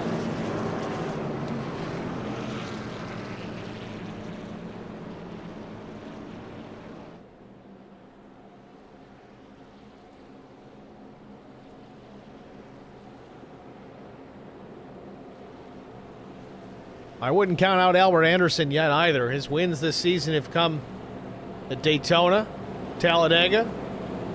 I know this is not officially a super speedway, but man, with these trucks, it kind of races like one.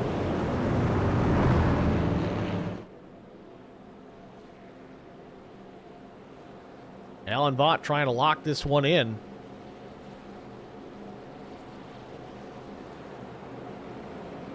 Be the 4th win of the season for Alan if he can get it done.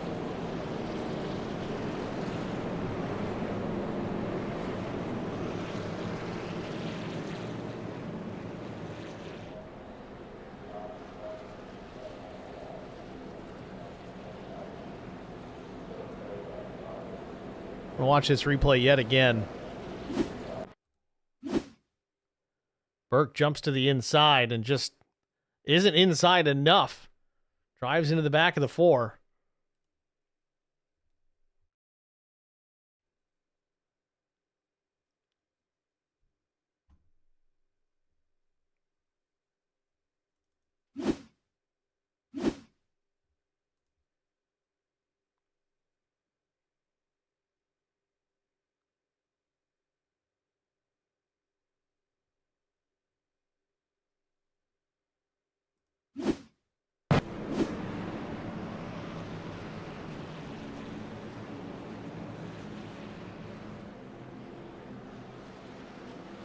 Deion Jones in the server chat says his dad used to say, "Sorry, don't feed the bulldog." I'm going to need an explanation on that one. I don't get it.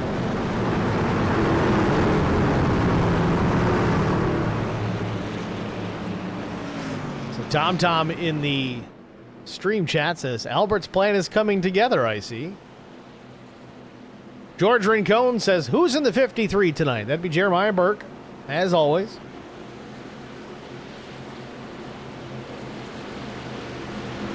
And coming to 6 to go, we'll get the green flag here. Pace truck lights have gone out. We are doubled up in turn 4, ready for the restart again.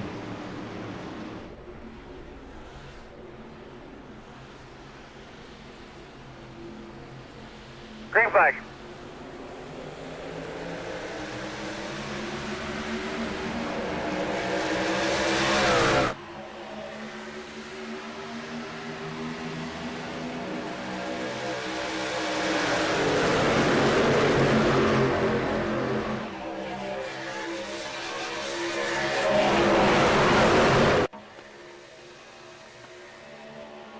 Vaught out in front. Bryant second. Mayberry up to third. Anderson fourth. Burke now fifth.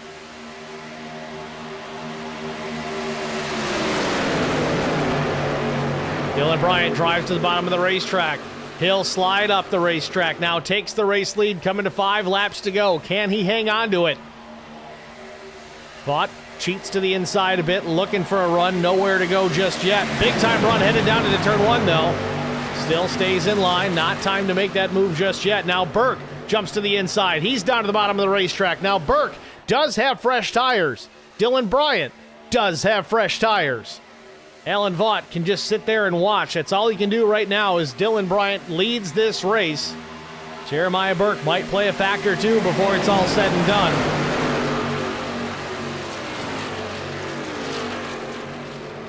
Burke up the racetrack now. Slide job in front of Alan Vaught. Alan couldn't cross over, but all over the tailgate of the 53s. We've got 4 laps to go.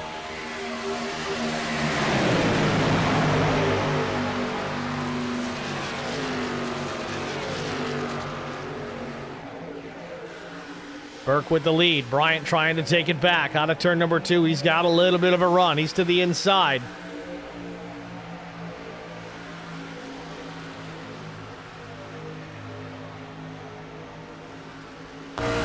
On board with Alan Vaught, trying to hang on with the older tires.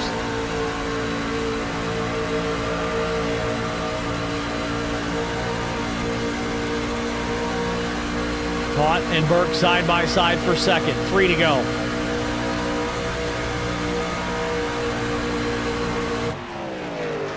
Now Albert Anderson into the picture. 3 wide for the second spot off of 2. Vaught tried to pinch Albert down, did a good job of it, but broke his own momentum. Now Osborne jumps to the outside of the 33.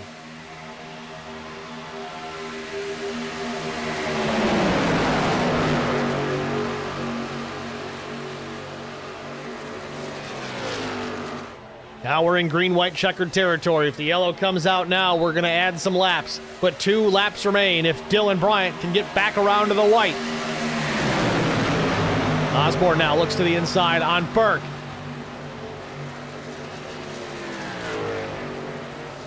Top 3 drivers, all with new tires from lap 98.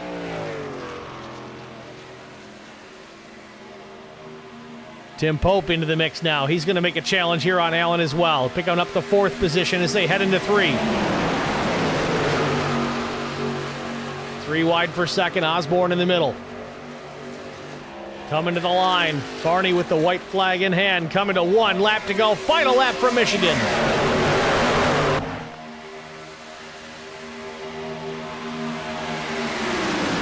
Osborne putting on the charge here. Last lap at Michigan. Goes to the inside of the racetrack for the race lead and maybe the win. Crossover move from Bryant. Does he have the run? Not just yet. No. Way to the bottom. Blocked by Osborne. Switch in lanes. There's trouble behind. Into turns 3 and 4 for the final time. What will Dylan Bryant do to pick up this win? Looking to the outside. Don't think he's got enough to do it. Osborne out of turn 4 in there. Dustin Eaton goes around, coming to the stripe. Checkered flag. Osborne wins it.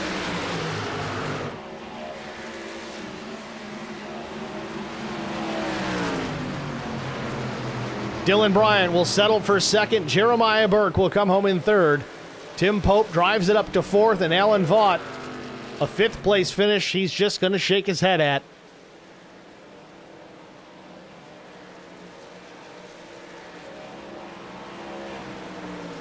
And we'll watch it again here. Dustin Eaton.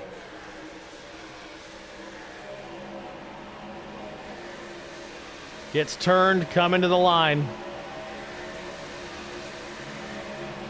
He'll spin all the way through the grass. Does he at least get to start finish? He crosses the line.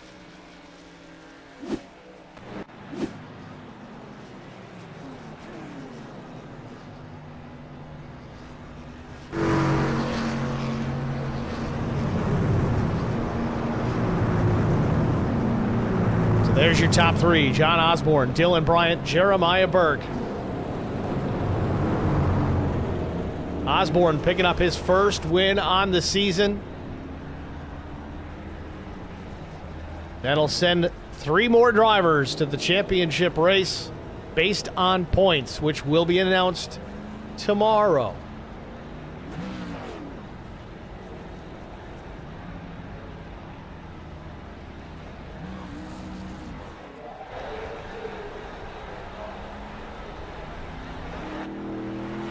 Osborne doing his best Mater impression.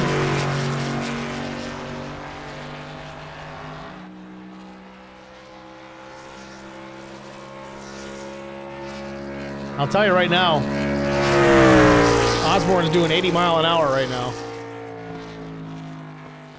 In reverse.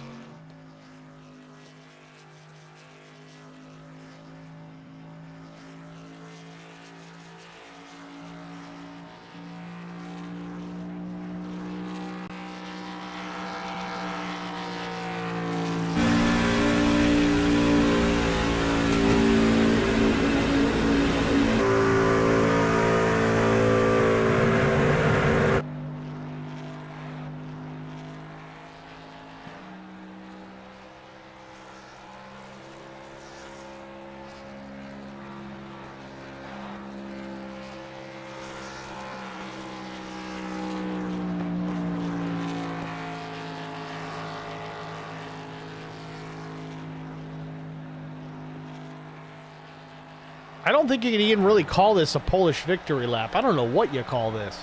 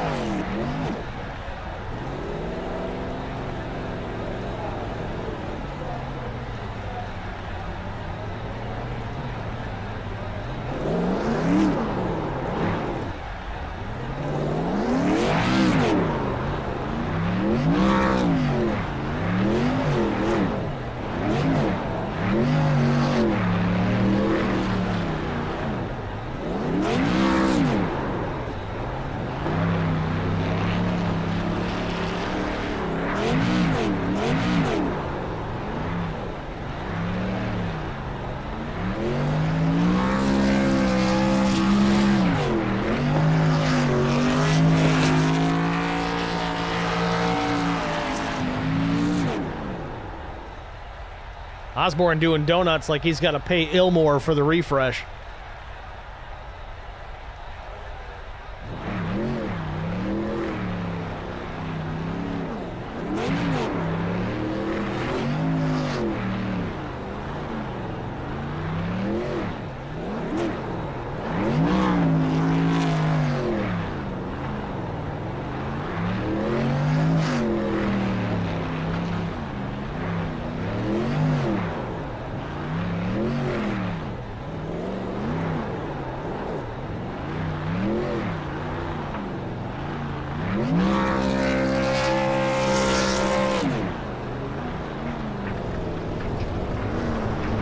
And here he comes into victory lane.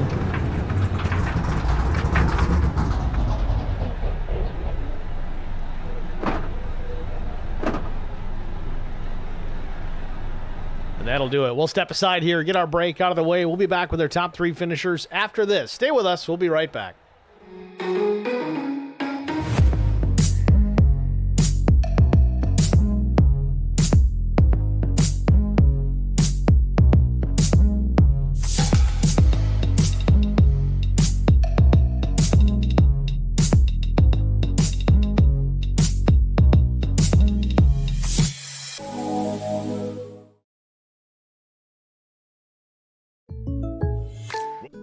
Need insurance coverage that's built for speed?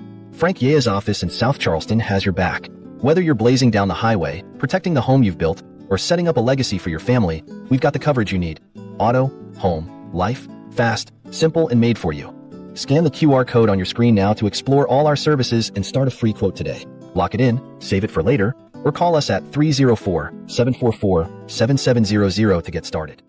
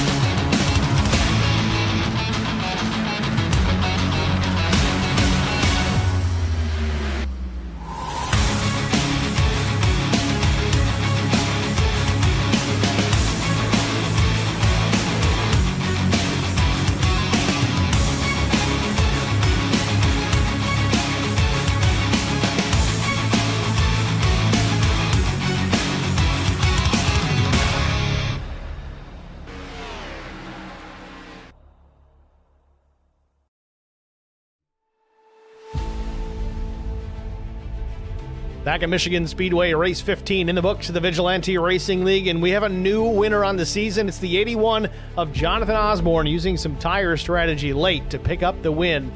Let's see if we get a word with the driver of that number 81 machine. Pull Jonathan Osborne into the broadcast booth. Jonathan, it's Steve with Track Limits. You got us? Yes, sir, I got you. Congratulations, John, picking up the win here at Michigan Speedway. What a run to the finish, using some tire strategy late in this one here with those rash of cautions, and it paid off. You drive around those guys at the end and take this thing all the way to victory lane. Walk us through your race. Man, it was a great race. I had a pretty decent qualifying, and then it went green, and I short pitted one lap on everybody, and I gained a bunch of track position and broke free with Dustin and Jess there, and I thought it was going to go green and we were going to be really short on fuel there. If it went green, I wouldn't have made it. I would have had to make another pit stop, but then Burke decided to wreck me there, and I think that gave me the win. It's funny how sometimes that works out, what looks like terrible luck, and all of a sudden it puts you in a position where, all right, well, that slows the field. We can get caught up here, bolt some tires on, and get back out. You got lucky enough you didn't hit anything on the backstretch there, but how did you really work your way through the field? Was it all tires, or was it just some guys making pit stops late and some guys not? Honestly, I just didn't lift. I just drove through the field. I can't believe it stuck the way it did. I asked Dylan and Burke if they had new tires too, and they were on the pretty much the same lap tires I was, so I don't know. I just figured something out there at the end. Maybe Burke spinning me out bent something on the back of the truck, and it gave me a little more downforce or something. Taking a page from Andy Jankowiak, not lift until I see God or a checkered flag, and you got it to the checkered flag first. Congratulations, man. Thank you, man. That was brutal. I threw a pretty big block coming out of 2 on Dylan. I was just hoping that he wouldn't turn me there, and he's a good sport about it.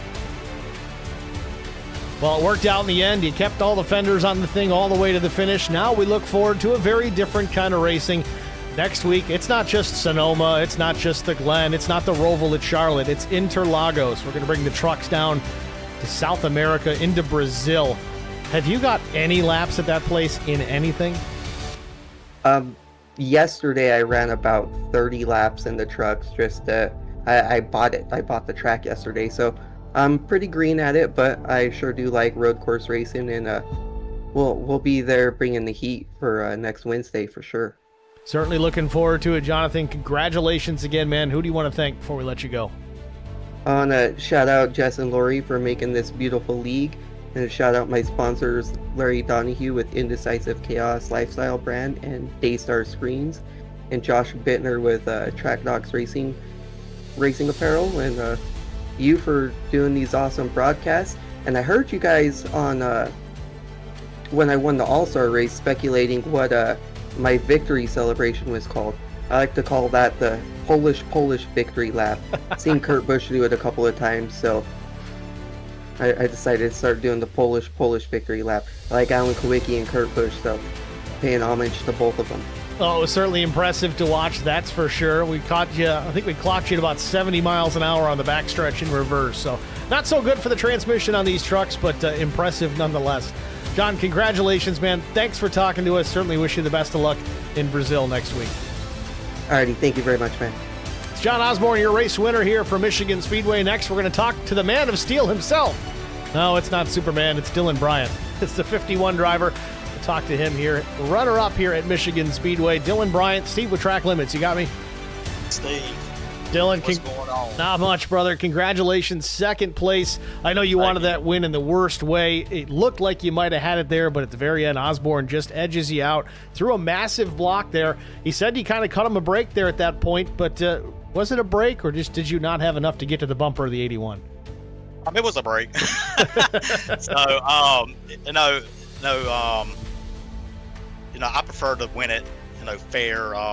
Even though when you throw a aggressive block, you kind of at the mercy of the car that you toss that block on, and I did bump them multiple times, but I just backed off of them some in 3, and I was like, I'm gonna try to do it, and it was just it wasn't enough time. So the lead car was a sitting duck, and it was like terrible slow if you took the lead, and so got to run. I could have blocked them low going in the turn 1, but I won't trying to be turned and or mess up my corner and wash up the track, and then I lose third place too. So, but it's all good though. So I'm excited about second. Second place finish, certainly well-deserved. Could have been more, but I guess you can take what you can get here at the end of these things. As long as you're not wadded up facing the wrong direction at the end, I guess that's a day that didn't go too poorly. Looking forward now, we're going to run a little bit different. Again, road course racing next week, but it's not the typical NASCAR-style tracks that we're going to run. Very technical racetrack, Interlagos down in Brazil. Have you got any laps there in this truck yet? No, I never even seen the track. I might not buy it because I'm really not in the playoffs, and I'm trying not to destroy anybody that is. But if I do buy it, I'll probably start to practice over like on Sunday or something. I'm really not the best on the road courses, but if I do race it, hopefully a top 10, and I should be good. Well, we hope to see you out there nonetheless. I know it's not really anything you need to have to go out there and do. Obviously, like you said, you're not in the championship, but I'm sure going to miss that 51 machine out there if you don't end up running it. Oh, yeah. Yeah, I'm going to try to, because it's extremely hard to sit out and watch your friends and family and stuff out here on the track, racing and stuff. But if I do miss it, I will definitely be tuning into track limits and watching the broadcast. Well, we certainly appreciate that, Dylan. Congratulations again on the runner-up finish here tonight. Who do you want to thank before we let you go? Well, I kind of got a announcement that I'm extremely excited about. The last 2 races of this current season, I will be joining All-Star Racing. I'm extremely pumped up to go back onto Albert's team. They got a bunch of great guys on there, Burke, Gaines, and Jax. So I was just kind of wanting to make the announcement for everybody to know and stuff. And of course, right now though, a shout out to Outcast Racing, Derek, John, Chris Klein, and Derek. Larry's taking a season off and stuff, so he is closing up his team, and I'm excited to join back with the All-Star guys, and then also a shout out to Lori and Jess for everything that they do. All the guys in the playoffs and stuff, man. Good luck to the Final Four and stuff, and I look forward to hopefully running for a championship next year. Silly season has begun. Dylan, congrats again, man. Thanks for talking to us, and good luck the rest of the way. All right, Steve, you have a great night. Too. Dylan Bryant, your runner-up here at Michigan. Next, we're going to talk to third-place finisher Jeremiah Burke in the number 53.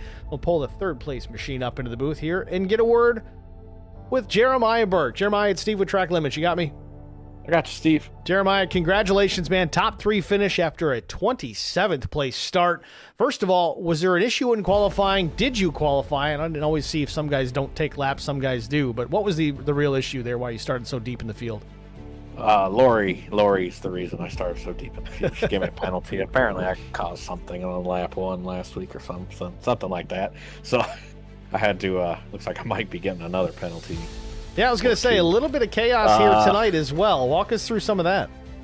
It's just, this place is rough, and it's fast, so you don't want to lift, and just with 3 wide, and I only run 1 monitor, so it's really hard to see out the sides, so you're hitting the buttons, look good left and right, and I know I was wobbly there a couple times, so we'll have to go back and look at the replay on that. See, I know I wrecked Osborne for sure. So congratulations to him. You're welcome. He did say thank you for that, by the way. Yeah.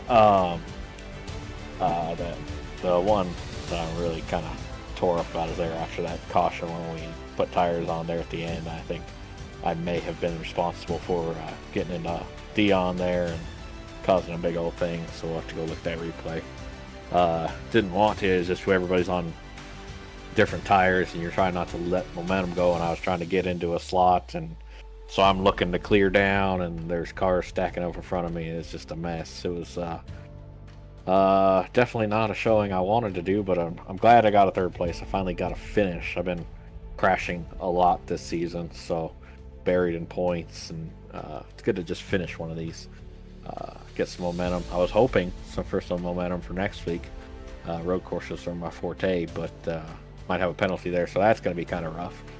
Other than that, it was a great race. I had great strategy there. If we could have stayed green before during that long run, looks like me and Dylan and Jason were all one pit stop better off than everybody else, so we were going to have a good race between the three of us there. Talking about the road course side of things, regardless of penalties next week, you say that road course racing kind of your forte. Interlagos certainly a circuit that we don't see the stock cars, or in this case the trucks, on very often. I have seen it, but have you got any laps there in either one of those vehicles, whether it's a stock car or a truck or just sports cars?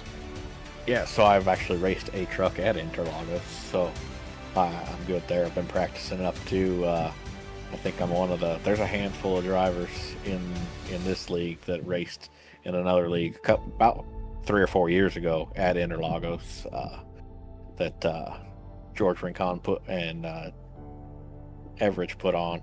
So there's a few of us with some experience there, so it should be pretty good. It's been a while, a lot of updates since then, so still going to need a lot of practice. A lot of updates, tire models, track changes, all kinds of fun things. Certainly looking forward to it, though. As you know, I'm definitely a road course guy myself. Looking forward to seeing you guys get that done out there in Brazil next week. How do you prepare for it, regardless of the background that you have as far as running on road courses? How do you get ready for a place like that, given all these changes that we have to deal with? Personally, I run probably 5 or 6 full-length AI races with the right fuel load and everything. Just to kind of get a feel for traffic, get a feel for where you can pass, where you're going to crash if you try to pass. It's not a good, and then kind of get the pit strategy down and see, when the pit stops are going to be. Pretty much on a road course, I know exactly when my pit stops are going to be before we ever even start the race. So just kind of get all that strategy going and hit my lines, commit the track to memory, and go out there and just try to put a clean race together. Sounds like a solid game plan, Jeremiah. Congratulations again. 3rd place here at Michigan. Who do you want to shout out to before we let you get out of here? Shout out Jess and Lori, of course the kids, All-Star Racing, Jack, Albert, Jason, and everybody over there is great. Good group of guys to be in chat with during the race. And of course, I want to thank you for putting on a great broadcast. I love watching it every week, and appreciate it. Sums it up. Jeremiah, thanks for talking to us, man. Good luck next week. Thank you. Have a good one. 2. Jeremiah Burke, your 3rd place finisher here at Michigan. That's going to do it for the interview portion of tonight's broadcast. Let's take a look here at our race results. Of course, talk to Jonathan Osborne, Dylan Bryant, and Jeremiah Burke. 4th place was Tim Pope. Bolted those tires on late, just ran out of time. I think a couple extra cautions there really hurt him, getting him up to the front. But either way, a solid finish for Pope. Nothing really to gain or lose tonight. He's just trying to get that win. We'll see if he can do the same next week. I know he's not really into the road course side of things, but see what kind of run he can produce at Interlagos. Speaking of Interlagos, Alan Vaught has run very well in the past at places like the Glen. We'll see if he can do more of the same in Brazil. He finished 5th here tonight. 6th place was Mike Adamson. Andrew Player was 7th. Albert Anderson 8th. 9th, John McAdam. Dave Mayberry was 10th. Stoney Benfield 11th. Jason Gaines finished 12th. Kyle Vaught 13th. Andrew Cawthon was 14th. Dustin Eaton crashed there coming to the finish. Goes from a top 5 at least there, finishing in the 15th spot. Sean McDonald was 16th. 17th went to Jack Dixon. 17th place was Jack Dixon. 18th was Kevin Hunt. Kelly Cool 19th. 20th was Dion Jones. Mike Everidge 21st. Derek Welch 51 laps down and 22nd. Scott Roney was 23rd. John Gallagher 24th. 25th, Greg Klein. Larry Dickerson 26th. He'll get a DNF out of this. Josh Bittner 27th. Ricky Wittenberg 28th. And Greg Dobson out of this one very early. He'll finish in the 29th position and last here at Michigan. Got to thank you guys all for tuning in here tonight. Certainly Stream Chat busy as always. You guys are my chattiest group. I really like to see that. I appreciate it. I know I don't always get all of your comments mentioned on the air, but trust me, I appreciate you guys being here. It helps the algorithms in YouTube when you guys are chatting it up. So does that like button. If you smash that thumbs up, that helps a lot too. It pushes these videos out to some fresh eyeballs that don't necessarily get a chance to watch this every week. That might be like, oh, what's going on here tonight? Oh, this looks like fun. Let's check this out. So you get the gist of things. Help us out. Hit the like button. If you haven't already subscribed, do that as well. we're on a push. We're trying to get to 2,000 subscribers. We got a long way to go. Let's make it to 1,250 first, and we'll keep going from there. With that said, congratulations yet again here to John Osborne picking up the race win here at Michigan, first of the season as far as the regular season goes. Remember, he won the All-Star race. We'll see you guys next week at Interlagos, turning left and right. Thanks for watching, everybody. Have a good night.